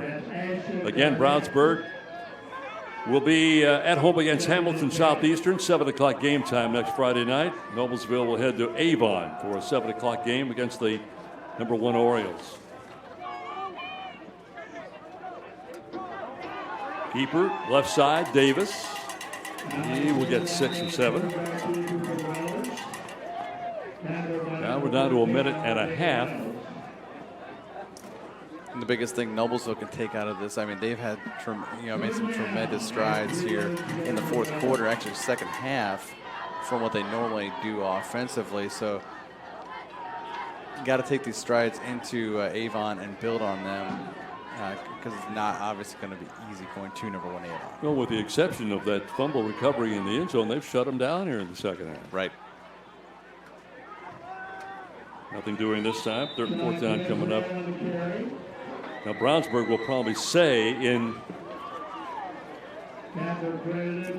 contrary to that scenario, well, we shut ourselves down, and they haven't done a very good job here in the second half, Brownsburg. 40 seconds to play. Could be the final play of the game. We'll see. On a fourth down.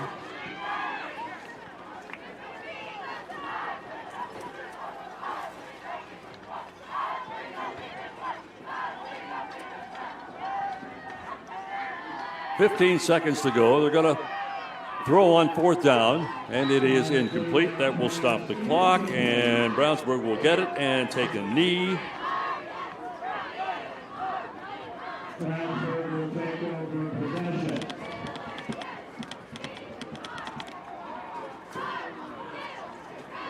And get out of here with a 27-7 win.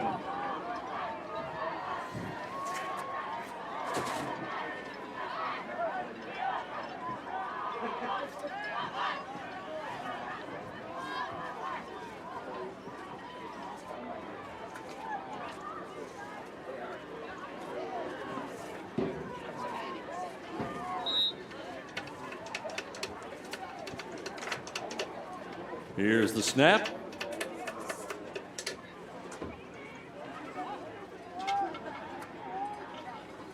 And the knee, and the clock will run out. And the final score is Brownsburg 27, Noblesville 7. Craig, any statistical thoughts you want to throw at us here before we get out of here? Yeah, Ben Easters, obviously, he can manage a game, and the first half, obviously, the tale of two halves for Brownsburg offense. But the biggest, the main, he was able to keep things with a steady ground game with Donnie Marcus, 246 yards on the ground. Devin Jones, a great compliment, as well as Brandon Burks. And Ben Easter showed he didn't have to have a good passing game for this to be a solid win, 27-7 over Noblesville. And Noblesville obviously showed more signs of life than we've seen in recent games. Offensively in the second half, defense and special teams came up pretty decent in the second 24 minutes for the Millers. Yep, that's the bright spot for the Millers tonight. Easters had 2 touchdowns, 1 yard, a couple of 1-yard runs. Marcus scored from 3 yards out, and the other score was from Jackson on a fumble recovery in the end zone. As for the Millers, they got Butler on a 5-yard run at the 7:43 mark at the fourth quarter, and that was the only points they had in the game. 27-7 your final score. So our thanks to Craig Atkins sitting alongside. Will Walford was our producer tonight. Lucas Lico was our handling all of our video for us. And we thank you for joining us tonight on IHSAA TV. Hamilton County TV, presented by Logan Street Signs and Banners, celebrating over 27 years in the business. Also thank our other great sponsors, Noblesville Trophies, Community Health Network, Church, Hiddle and Anthrium, Hamilton County Radio, Hamilton County Reporter, and the Deep Blue Computers. Thanks to you for joining us tonight, coming out if you were here for the game. Brave souls out there tonight, and we appreciate your showing up. Final again is 27-7, Brownsburg over Noblesville, and this is Hamilton County Television.